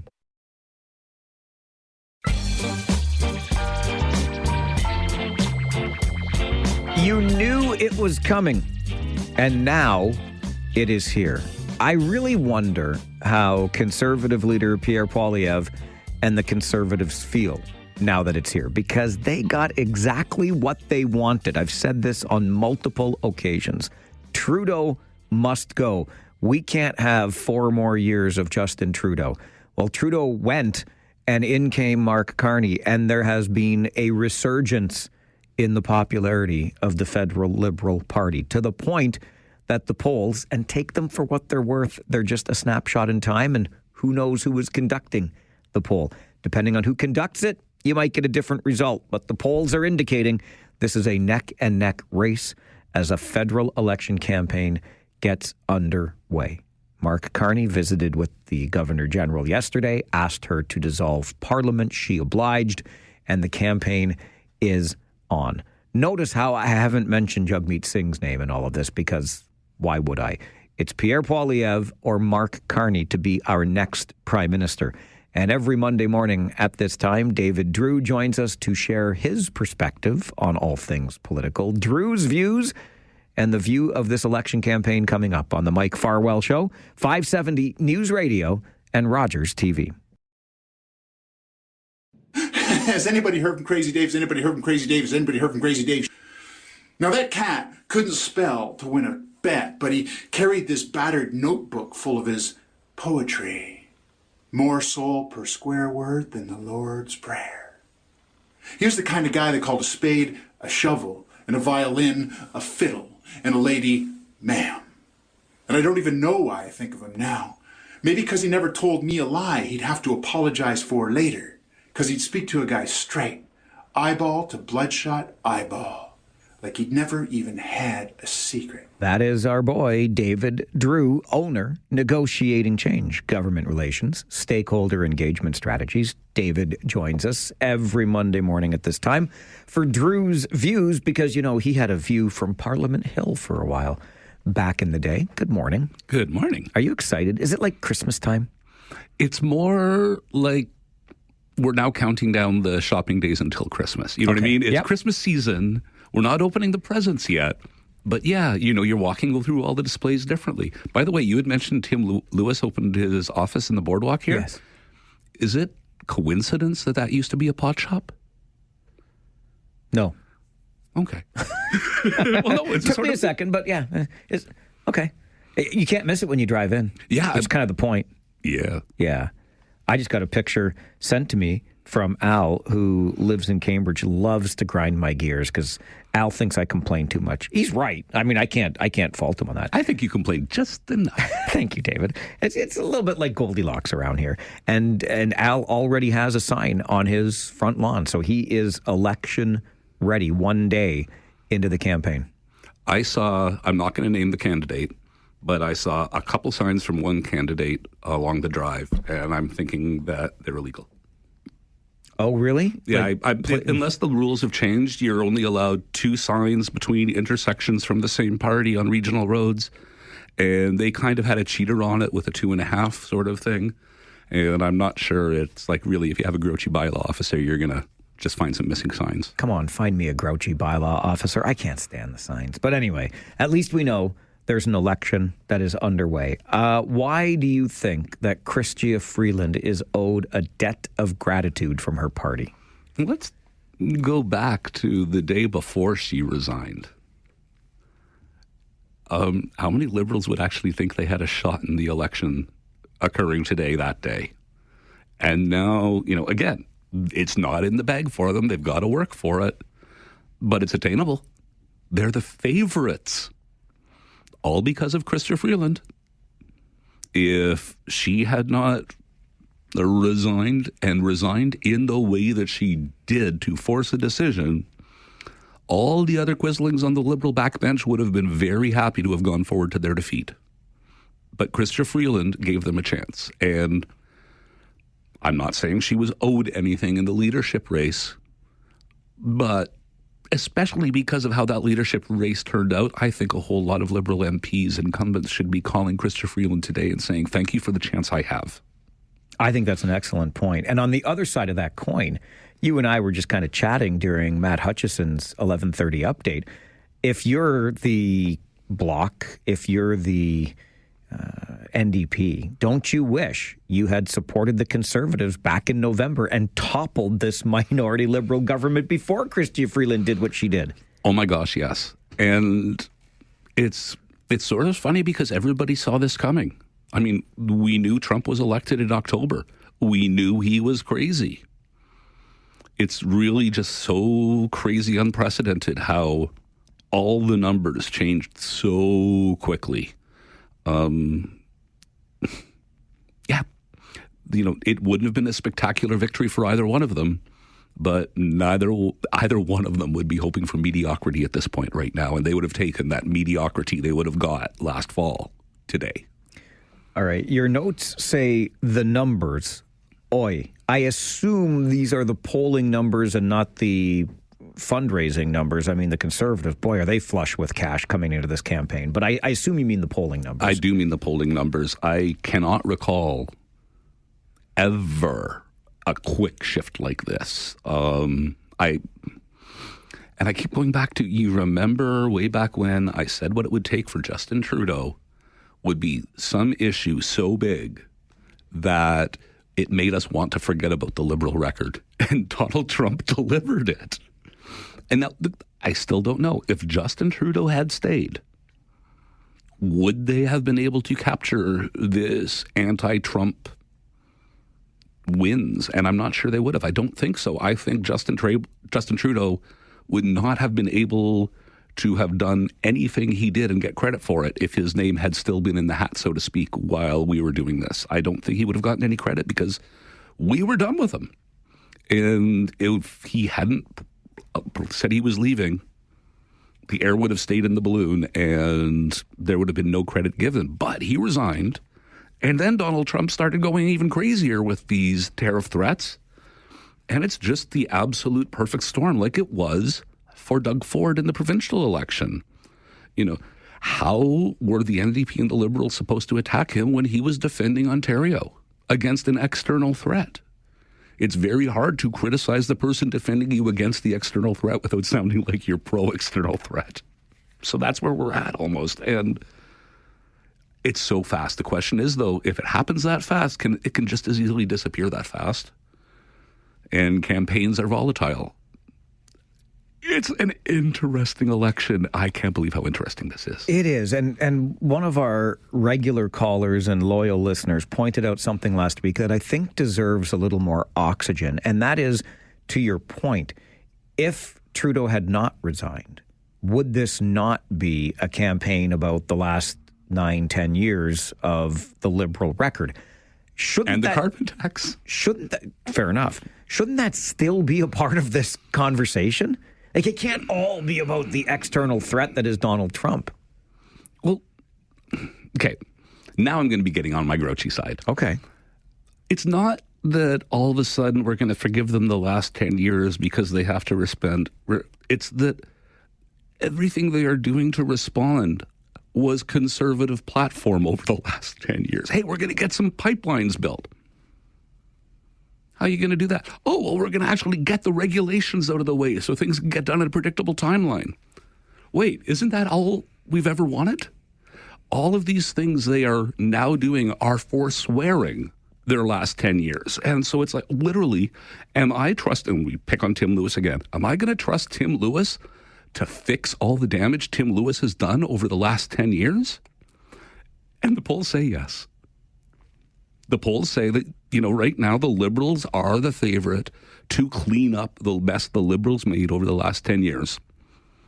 Campaigns, though, we'll see how it goes. We will see how it goes. Interesting thing about this, though, right now the Liberals and the Conservatives are in a virtual tie. I forget the number exact. I think it's like at 37-38 each. That favors the Liberals. So huge. If it all of a sudden goes to 43-43, it favors the Conservatives huge. It's just because of where, when the vote efficiency no longer is useful to you. So at some point when the Liberals get to 40, when the Conservatives get to 43, it's no longer just about blowing up votes in Alberta. All of a sudden, then it's about other places sweeping. I was asked yesterday who I think is going to win, and my response was whoever wins Quebec and the GTA, just like always. Is that the way it's going to work out? Or if we get up to that 43-44%, does that become irrelevant?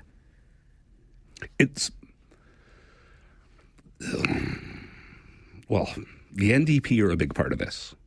Where they are right now, yeah, it's just about GTA in Quebec probably. But if they can start raising their numbers a little bit, then all of a sudden Lower Mainland BC comes into play.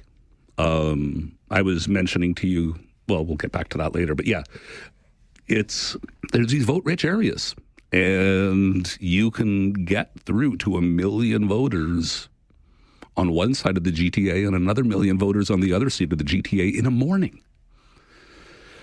You go up to Nunavut. Prime Minister Carney was in Nunavut last week. He's not going to go there during the campaign. It takes too much time and resources to go up north like that during a campaign. Get it out of the way early. while you have the government plane to fly on that's not old and leaky. Okay, speaking of planes to fly on, a curious move by the Conservatives to not allow media aboard the official campaign charters.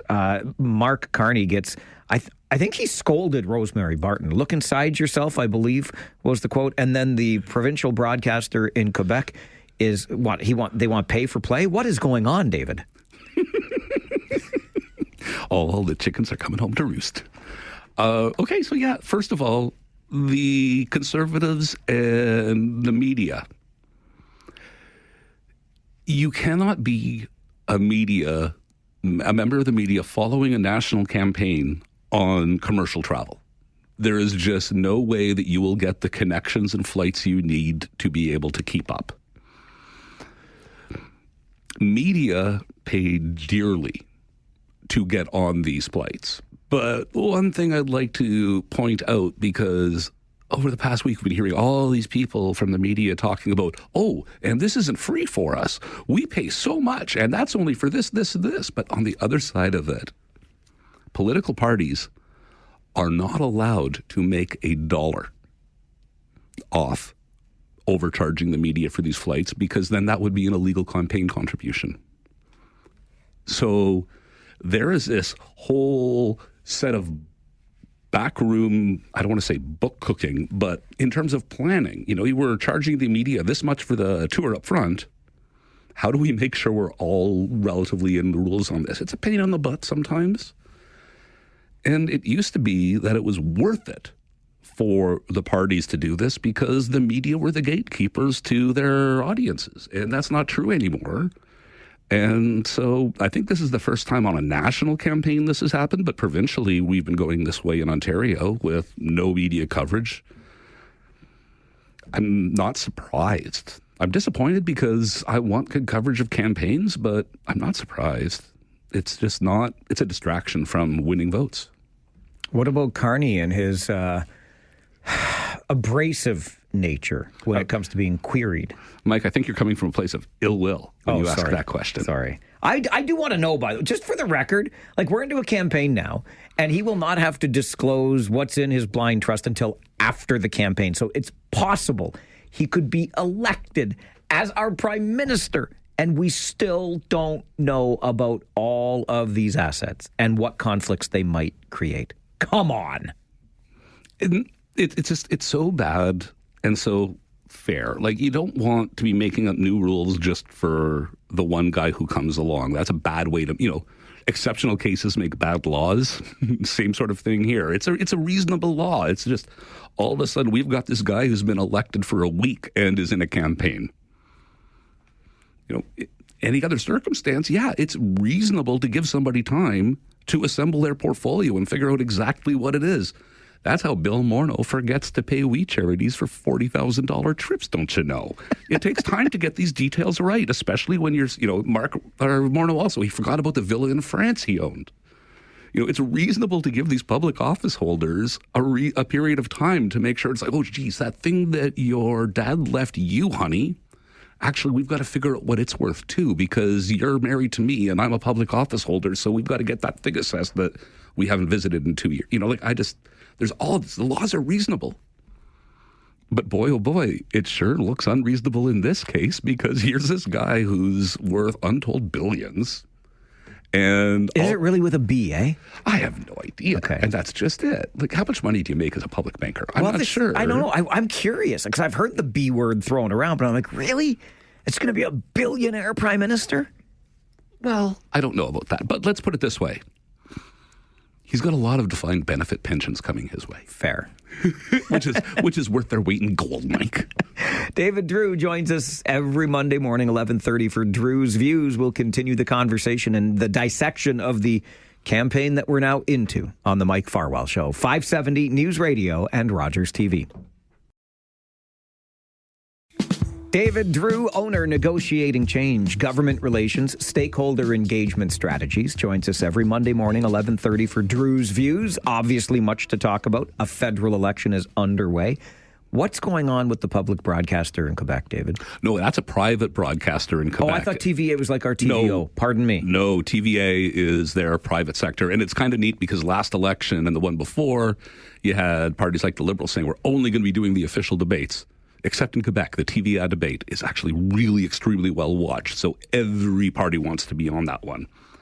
And now TVA has announced that it's going to be $300,000 to have that debate. $75,000 per participating candidate charged to the parties. So yeah, moving on from that, I just find that incredibly interesting because we have this entire debate and all the time about news and local news and the cost of news and the duty of carriers for their licenses to be providing news. So I'm just wondering, is this an interesting way to try and put that onto the election agenda? It could be the most interesting lobbying strategy ever. But in the same way that I tease, I'm changing the subject now, Mike, just so you know. In the same way that I tease you a lot about you only work 4 hours a day, I started thinking about this, what does a central banker do? And this is not me saying, oh my gosh, he does nothing, but it's like, we have this guy running based entirely on his resume, and it's of a central banker, and what do they do? And set interest rates. Every 4 months, they say up, down, or nothing. What else do they do? And that's just it. I haven't the foggiest. How many employees do they have?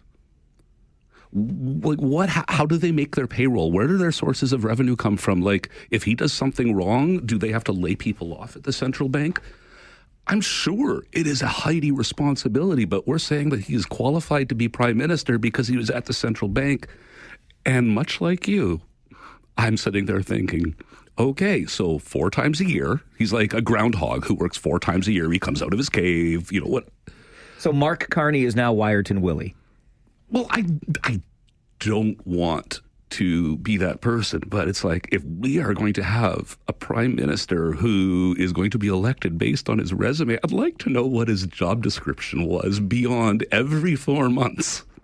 He would, and presumably this wasn't him. He had whole expert staff telling him what to do with all of this. Like, okay, so Mark Carney, on a week when you were not changing interest rates, just midway between interest rate changes, Monday to Friday, what filled up your week? I have no idea. That's it. Like, what does a central banker do? Apparently it qualifies you to be prime minister. I love that question. Okay, when all the dust settles, David, no matter the outcome, so there will be a head or two rolling, yes? Mm-hmm. Like, which party leader is going to be there to run the next campaign? Well, I think the next campaign for the Greens is going to be run by their only surviving MP, Mike Morris. You think he's the only one left, eh? So Elizabeth May... right now, if the election were today, Elizabeth May would lose her seat. And... don't they have that woman that crossed the floor down east? Did she not make it in?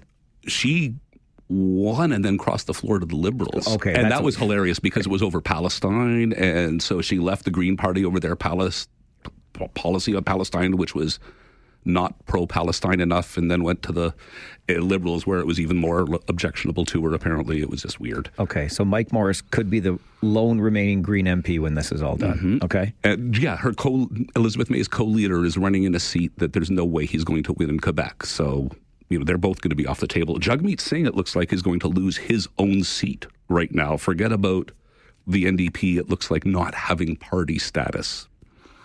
And this is just kind of cool for the Conservatives.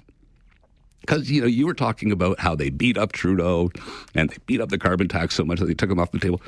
They also emasculated Jagmeet Singh. I mean, hitting him with the pension stuff and the negative ads, and they were very happily going after the union and labor votes. Then all of a sudden the conversation changed, and Jagmeet Singh had no credibility left, and his numbers went to plop, and the Conservatives like, oh, we're screwed now. We're a victim of our own success. And then that's the interesting one. If Poilievre does not do well, yeah, he had an incredible mandate last time, but the review's going to be unavoidable. And if Mark Carney doesn't get in, does he even want to spend 4 or 5 years in opposition? I doubt that. I doubt that very much. Interesting questions as always. You want to stick around a little longer today? Oh, I think I do. I think you do too. David Drewe is going to stick around with us here on the Mike Farwell Show this morning. 570 News Radio, Rogers TV. It is a Monday on the program, and you know what that means. This week in music history, Drewe's Views, consistent Monday features, and Mondays also mean your Talkback Hour is Rant or Rave, and David Drewe, he of Drewe's Views, is going to stick around to hear more from you as we take your calls on Rant or Rave next. This is the Mike Farwell Show, 570 News Radio. Take out the papers and the trash, or you don't get no spending cash. If you don't scrub that kitchen floor, you ain't gonna rock and roll no more. Yaggity yak. Don't talk back. Just finish cleaning up your room. Let's see that dust fly with that broom. Get all that garbage out of sight, or you don't go out Friday night. Yaggity yak. Don't talk back. Busy phone lines today, but let's start quickly with an email because it connects to something that David Drewe and I were talking about off the air, and now we can bring it on the air. David is sticking around, by the way, for the first half of our Talkback Hour today. It's Rant or Rave time. An email I got from Sean, David, reminding me that back at the beginning of the year, well, end of last, we did our bold predictions for 2025. And Sean's bold prediction was that Mark Carney would be the Liberal leader and the Conservatives would achieve a minority government in the next election. The campaign is underway. Carney is the Liberal leader. That could be the outcome, a Conservative minority, which gets pretty sticky because, as you reminded me, Mark Carney would not have to give up the title of Prime Minister in that situation. Yeah, the Prime Minister is the Prime Minister until such time as they either lose the confidence of the House or resign.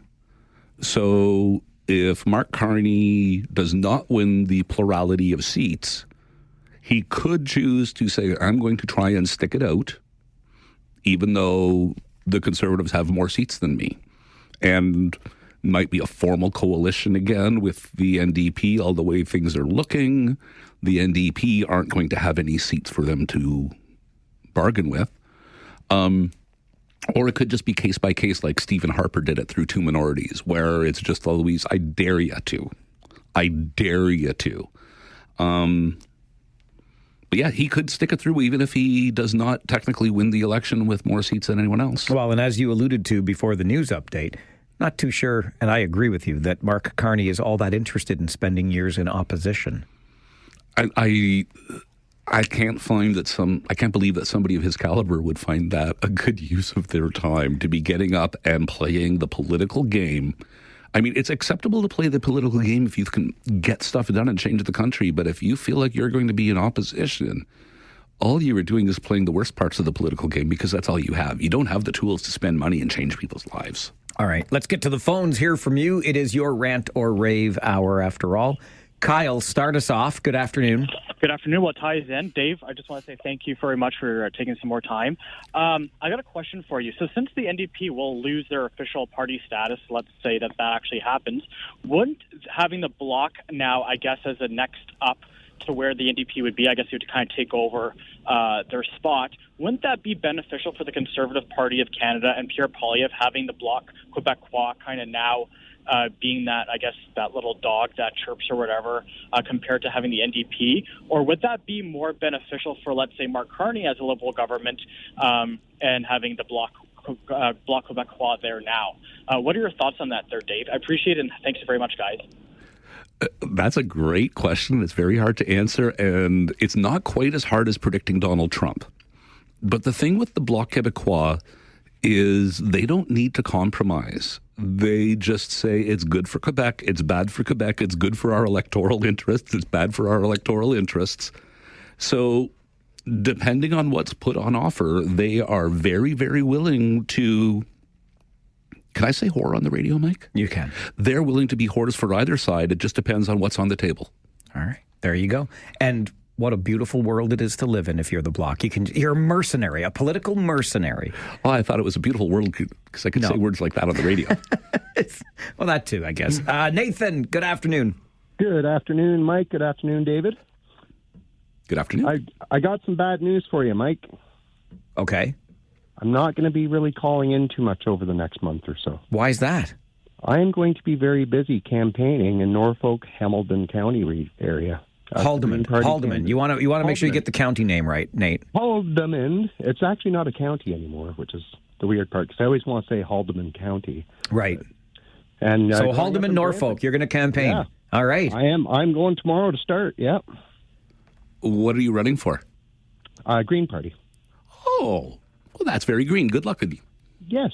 Yeah, I'm looking forward to it. It's going to be very interesting. It's going to be quite the challenge, and I'm ready to accept it. So are you official? Are you saying this is official?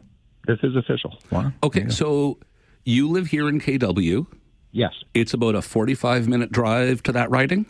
It's about a 45-minute drive just to get to Simcoe, about an hour to get down to Long Point. I lived in Brantford for a lot of my years. No, but I guess my question is, how many greenhouse gases are you burning just commuting to the riding to run for the Green Party? So my plan is to drive there and hit up as many places as I can in some of the more populated areas. So I won't be driving too much. I'm also going to be staying at my parents' a lot in South Brantford, so that'll cut down on my commute. I've actually had some other offers. I actually have someone that lives in Langdon as well, so I'll probably stay there for a few nights to cut down on that as well. Best of luck to you, sir. Thank you. Thank you very much. Yeah, thank you for offering your name to participate. That's huge. But you mentioned during the previous half hour, David, that you think that by the time this election's done, no disrespect to Nathan and his best efforts and opportunities in front of him, but Mike Morris may be last candidate standing for the Green Party. Mm-hmm. Also, if memory serves, Nathan will be running against Leslyn Lewis. Yes. And so, yeah, good luck, Nathan. All right. Good luck, Nathan. But hey, way to step forward and exactly exercise your muscle in our democracy. That takes guts. It certainly does. This is Rant or Rave, your Talkback Hour for a Monday. David Drewe sticks around because he likes to do that, and we can talk with him too on the Mike Farwell Show, 570 News Radio and Rogers TV.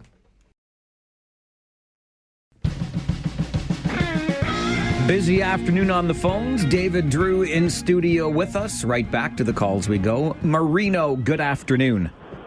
How are you, Mike? Good, thanks. And you? I'm good. Regular listener. I quite often agree with you, but you made a point today that I have to vehemently and respectfully disagree, and that's the amalgamation of school boards. Full disclosure, I'm chair of the Catholic Board in Wellington County, and whenever this conversation comes up, it's always about money. There is no money to be saved, Mike. Funding of education in Ontario is per pupil. You would have the same number of students, you'd be paying the same money for education. Also, there's this thought about 2 school boards in the province. There's actually 4. There's English, Catholic and Public, French, Catholic and Public, and if you take on the issue of amalgamation, you're also taking on the constitutional issue of language rights on the French side. And then something you're really big on is local representation. The trustees are the local representatives for education issues. Don't think for a minute that the ministry, if they got rid of school boards, would take millions and millions of calls on education issues. I think that's a great point, and I would miss the local representation. Just on the one school board point, though, funding per pupil, I don't have as much of an issue with what's being spent in the classroom as I do with what's being spent on administration. We have multiple directors, associate directors, superintendents, and it just goes on and on and on, Marino, and I think we could slice them almost in half. Well, you can think that, but you probably wouldn't, because, again, how you're funded administratively-wise is based on your numbers. So you're going to have the same number of students. You're basically going to have the same number of superintendents along that line. You may save on a few, but it won't be much. The other point I want to make, Mike, in 1997, Ontario went from 125 county school boards to 72 district, which we now have district school boards. The infrastructure to set up that amalgamation cost over $1 billion, and that was in 1997. So transform that into $20-25.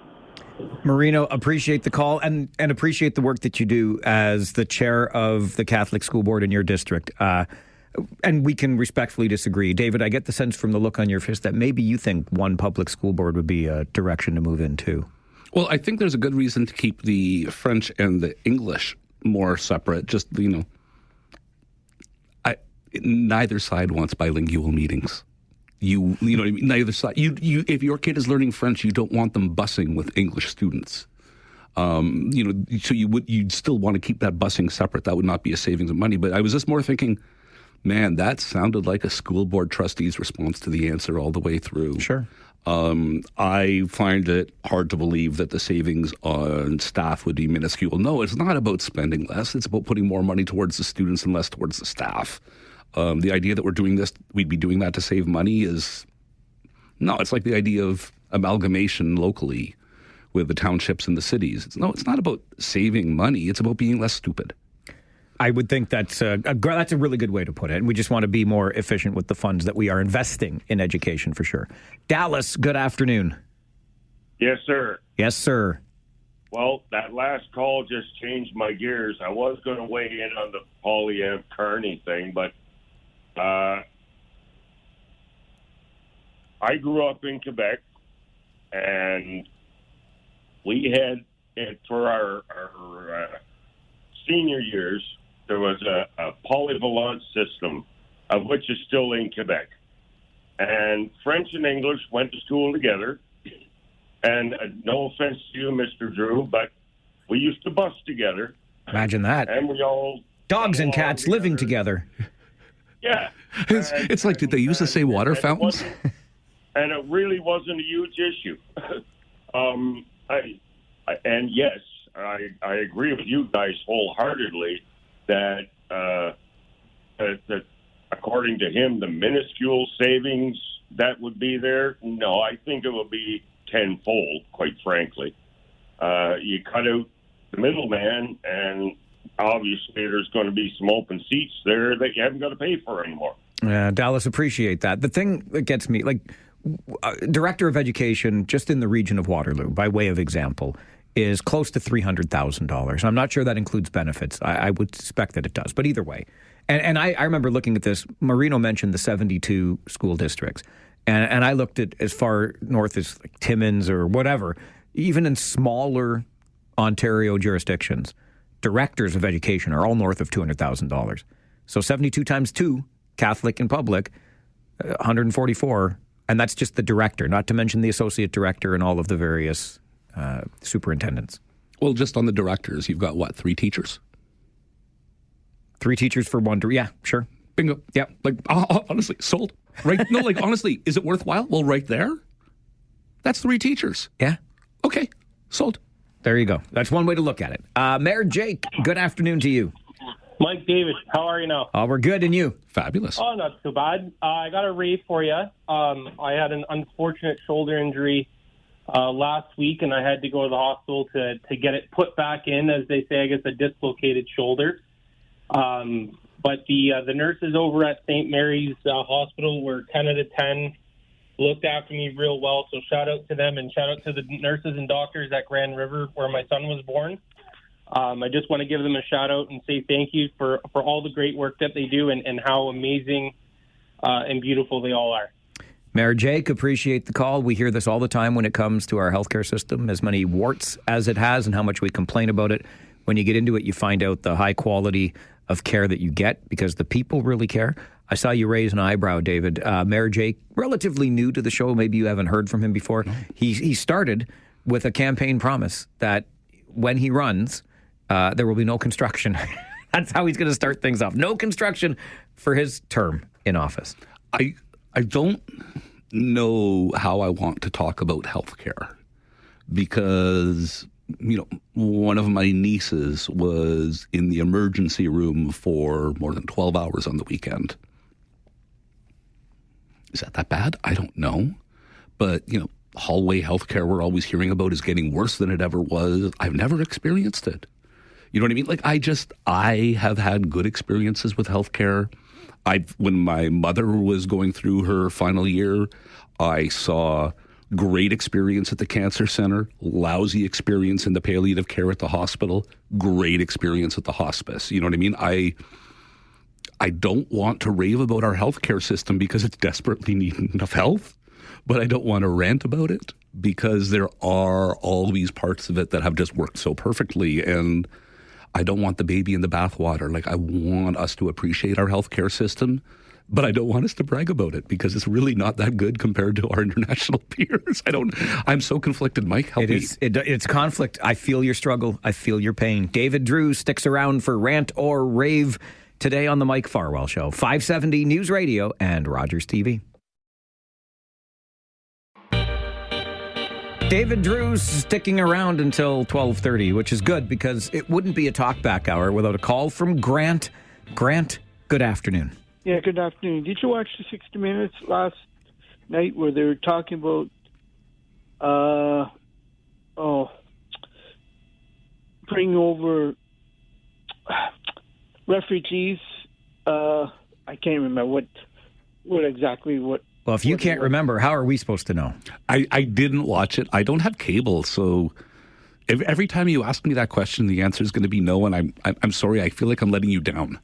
That's okay. And this idea of the United States Postal Service, it sounds like... The United States Postal Service? It sounds like either Trump is trying to go privatize... Yeah. Okay. David, are you aware about what they want to do with the United States Postal Service? Do they still deliver on horseback? I can't keep up with Trump. I cannot keep up with Trump. I can't keep up with Grant. Well, that's fair. Okay. But no, I had not heard anything about privatizing the U.S. Postal Service, but I can't keep up with Trump. I say that half jokingly, but very seriously. Like, you could say, I mean, let's be honest, privatizing the U.S. Postal Service? Probably not the worst idea. Well, but also, if Trump said it, it would not be in the top 2,000 crazy things he said. So, you know what I mean? Like, I can't be skeptical about anything somebody attributes to Trump. Sure. Sorry, Grant. How concerned are you, in our final 60 seconds here, about any kind of actual invasion or takeover, annexation of Canada? We've talked about this. I do not believe they're going to be sending troops in here, but I do believe they think it's what Mark Carney said. They want to hurt us economically so they can break us politically. I don't think they're going to be sending troops in. That would be too far even for Trump, I think. You know, the international order invading Canada? By the way, Joe Rogan's on our side. He said invading Canada would be stupid. Oh, wow. But Greenland, on the other hand. Joe Rogan. I've been watching some repeats of news radio when Joe Rogan was just a guy on a sitcom. Yeah. Like, what a world, David. The guy from The Apprentice is now the president, and the guy that was funny on a sitcom is now the most powerful podcaster on the planet. No, the guy who ran Fear Factor. Also true. You know what I mean? The guy who had people drinking goat semen is now the most political player in the U.S. Thank you, as always, for sticking around. Rant or Rave continues on the Mike Farwell Show, 570 News Radio.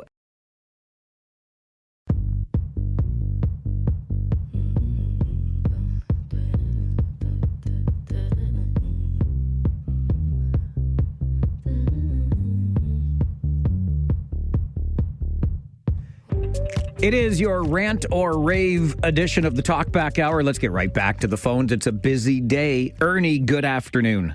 Mikey, finally, everything's all on the table, I guess, eh? Everybody's all in.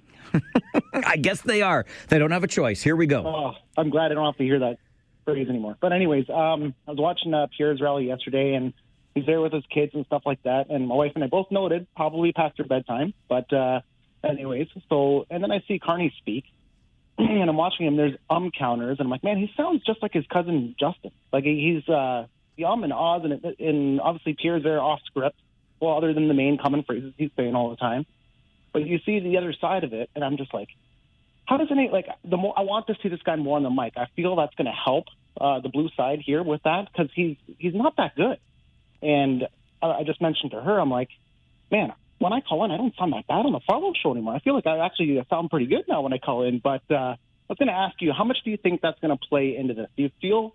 And she shrugged it off and said, it's not going to matter. It's not going to make a difference the way he speaks, the way he presents himself. I'm like, it's got to have some impact. The more he's on there, we don't know much about this guy yet.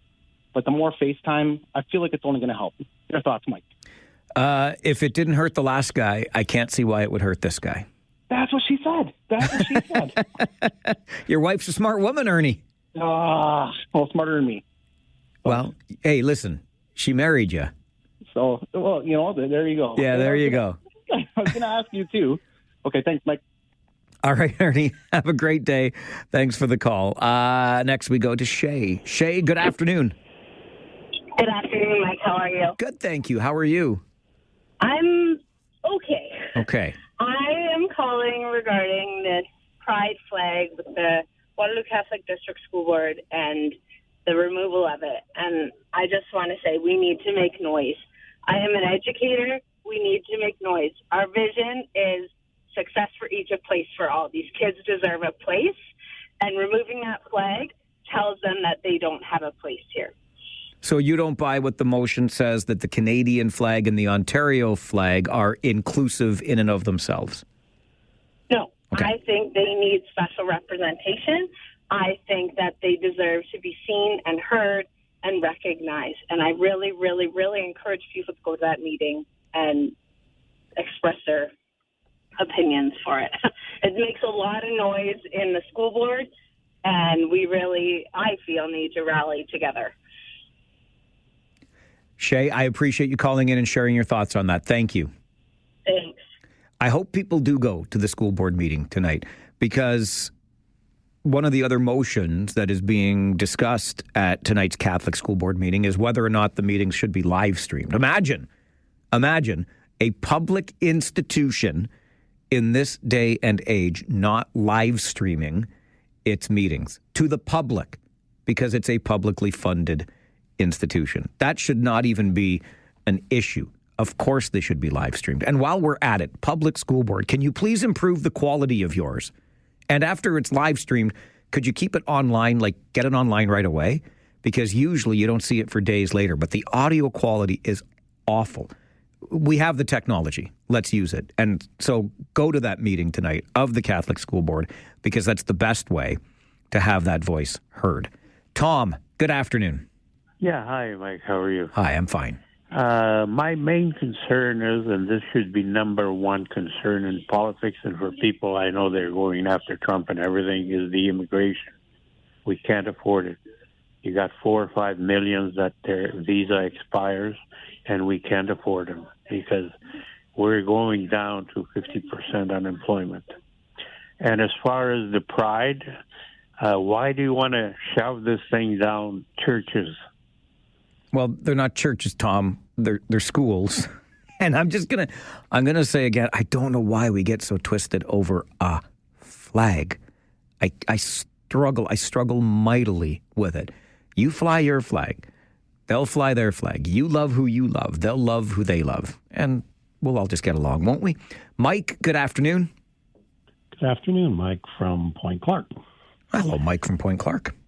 Okay, I'd like to share with you a note that I got recently from the Waterloo Conservative Association. It's from Val Meekman, and I've just learned from Val that the Conservatives have decided to cancel their nomination meeting, and they parachuted a candidate in. Uh-oh. So the guys from Milton, Burlington area, I think we have enough qualified people in our Waterloo region to have local representation from all parties. And I'm a little concerned about that parachuting nonsense by the leader. And that, to me, given the quality of people we have here in Waterloo, is not a good thing to have, right? Now, as far as the pride thing goes, Mike, I'm not worried about people transitioning. I'm more worried about the United States transitioning to the USSR. That's my thoughts.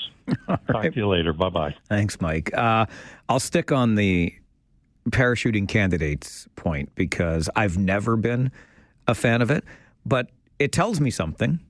What it tells me is that the party doing the parachuting does not believe it has much of a chance in the riding. So Mike said that's the Conservative Party Association in Waterloo, which suggests to me they don't think they have much of a chance against Liberal incumbent Bardish Chagger. Okay, so that's my takeaway from that. But I'm with Mike. Why we don't have somebody local running locally, I've never been a fan of these star/parachuted candidates at all. Your 12 o'clock Talkback Hour continues. It's Rant or Rave on a Monday. This is the Mike Farwell Show, 570 News Radio and Rogers TV. Mondays are the Rant or Rave edition of the Talkback Hour. It's a busy Monday. Let's get back to the phones. Bob, good afternoon. Hi, Mike. Hi, Bob. I'm going to say this again. The Conservative Party is connected to the Republican Party because the Premier of Alberta asked Trump not to do any tariff talking during the election because it's not helping Conservative. Bob, Yeah. the Premier of Alberta represents Alberta's United Conservative Party. Conservative, Mike. But Bob, you know that the Conservative Party of Ontario is different than the Conservative Party of Canada, just like the United Conservative Party of Alberta is different than the Conservative Party of Canada. So there's a connection there. Sorry, what? Pierre is from Alberta, so there's a connection. Oh, dear Lord, Bob, would you stop with all the reaching? Don't try so hard. I'm just stating facts. But they're not, though. They're in your mind, they are, but that's actually not factual at all, what you're saying. But he's not from Alberta. Oh, my goodness. But what's that got to do with the price of milk, Bob? That's why he's so in favor of oils. The oil being shipped. So is Mark Carney. He wants to build pipelines. He wants to unlock Canadian resources. He's from. But he's still got a little bit of environment control for the environment too. Bob, honestly, I admire you, and I continue to credit you for beating that drum. Keep beating it. Stephen, good afternoon. Colin, you had somebody on there earlier with regards to hospice. And my rant, they were talking about hospice, were they not? I have not talked about hospice on the show once today. Oh. Well, what was I listening to? Doesn't matter. Anyway. Okay, it doesn't matter, as long as you got a point to make. My rant with regards to hospice, we have so many hospitals that are working at capacity. There's floors in hospitals that are vacant. We're building all these everybody wants to build these new hospice because they want it to be, if I'm dying, it's going to be a nice environment. Honestly, if I'm dying, I hate it. All right, I'm in a real nice facility. I'm sorry that your phone is cutting in and out, and it's difficult. I think what you're saying is you don't care for the hospice model, which is fine. You certainly are under no obligation to care for the hospice model, and that it sounds like maybe you believe that we are wasting space and or resources in our hospitals. I'm sorry that your phone was just too poor in the connection in and out that we couldn't pick up on all of the points you were hoping to make. Dave, we'll give you a shot here on Rant or Rave. Good afternoon. Good afternoon, Mike. I have a rave and then a question. Okay. On the same subject. Okay. Kitchener Rangers. Yes, sir. I want to rave about the unexpected 100-point season. Successfully 100-point season. To me, that's unbelievable and great, and a great coach. Now, the question I have is on the last game. Do you know, even a rumor on those two winning fan $500 tickets, if it was a Kitchener Ranger fan supporter, player supporter, or a Storm supporter? I do not know the answer to that, Dave. I'm sorry. All right. All Have right. a great day. You too, Dave. I got a kick out of it, though, yesterday at the Storm game, because even though Guelph finished in last place, they've had great attendance, 4,000 plus every game. I mean, it's really been great in Guelph this year in terms of attendance for the Storm games. And so since yesterday was the final game of the regular season, the Storm, and in fact, the final game of the season, because Guelph is not making the playoffs. So just imagine, even a last place club, and people kept going and going to see it. It was great. It is great. And so the Storm, as a fan appreciation gesture, was going to give out $500 randomly to a fan at the Sleeman Center yesterday for every goal the Storm scored. It was a 0-0 game through two periods. And I thought, wouldn't that be funny? Your $500 gesture isn't even going to be awarded. But then Guelph scored twice in the third period, and they gave away $1,000. To whom, I haven't the foggiest. But I, too, thought it would have been kind of funny if it was a Rangers fan who made the trip to Guelph and won the $500. Joe, you're on the Talkback Hour. Rant or rave? Rant. Okay. I'm just disgusted by all of the people around me that are still going to go back and vote for the Liberals again because they got the shiny new toy, Carney. And despite the fact that people have come out and said, discredited him for claiming to have done things that he has not done. And nobody's picking up the report. Are you with me? Yes, Joe. Hello? All right, Joe. You know, Joe kills me every time. Maybe not. It feels like every time. It's certainly a lot of the time. Joe is driving around in Bruce County. He hangs out a lot in Port Elgin, and the phone disappears. And I give him a hard time. He's like, I went to a dead spot. I don't understand. I'm like, Joe, call me from the non-dead spots. Surely there's a non-dead spot. I go to Port Elgin. I know there are non-dead spots. Today it sounds like Joe's on the closest thing to a landline I've ever heard him on. And then he stops hearing me. Go figure. I think it's because he's with the wrong cell phone carrier. But I'll just leave that there. Your 12 o'clock Talkback Hour continues. It's Rant or Rave on the Mike Farwell Show, 570 News Radio and Rogers TV.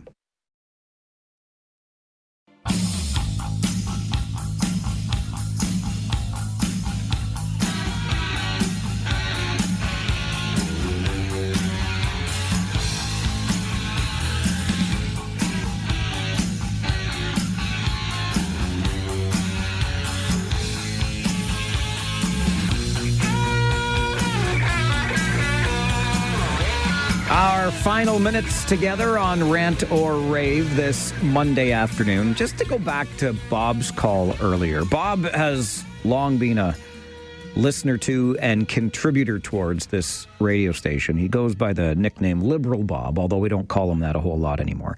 And I just get my back up. I don't mind if you want to beat your Liberal drum or your Conservative drum or your NDP drum or your Green drum. But the connections that Bob was trying to draw today, I just can't get behind. You know, he's wanted to and continually tries to make the connection between the Conservative Party of Canada and the Republican Party in the United States. And sure, they are both the right of center political parties. But to suggest that the Conservative Party of Canada is now more like the Republican Party in the United States because of Danielle Smith, who's the Premier of Alberta and not a member of the Conservative Party of Canada. She's a Conservative of a different stripe. And I just want us to stay based in as much reality and as much fact as we can. There's no question that the Conservatives in this country are the right of center party and the Republicans in the United States are the right of center party. And I think we have seen how far right the American Republican Party has gone in the nomination of Donald Trump as its presidential candidate and ultimately him becoming president. And sure, can we be concerned that Canada is next to move in that direction? By all means, we're seeing leaders, the ilk of Donald Trump, be elected the world round right now. But I think the connections that Bob is trying to make are premature at best. And you can think I'm a fool for thinking that, but that's just why I bristled a little bit at Bob's call earlier. Brian sends an email to Mike at 570news.com under the subject line Pride Flag. Mike, look at the words that the Catholic Board is not saying. The removal of all flags other than Canada and Ontario. You forgot the school board there, Brian, but your point is taken.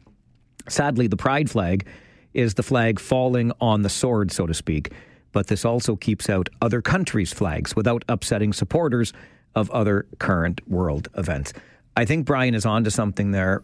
In this motion that's coming to the Catholic School Board tonight, it does not specifically single out the Pride flag. It lumps in the Pride flag with all manner of other flags and basically says if it's not all flags, it should be no flags other than the Canadian flag, the Ontario flag, and the Waterloo Catholic District School Board flag, which is the board's logo on a white flag.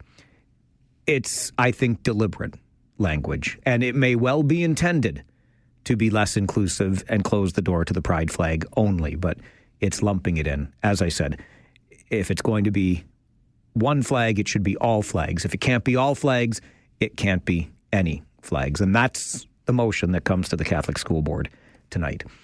We are just about right out of time as we look ahead to our show tomorrow. We'll get back together at 9 o'clock again, and let's talk about a new pro-Canada elbows up movement that's gaining momentum here in this country, and a lot more on tomorrow's show. Jen Tan is our gal on the other side of the glass. My name is Mike Farwell. Now You Know with Rob Snow is coming up.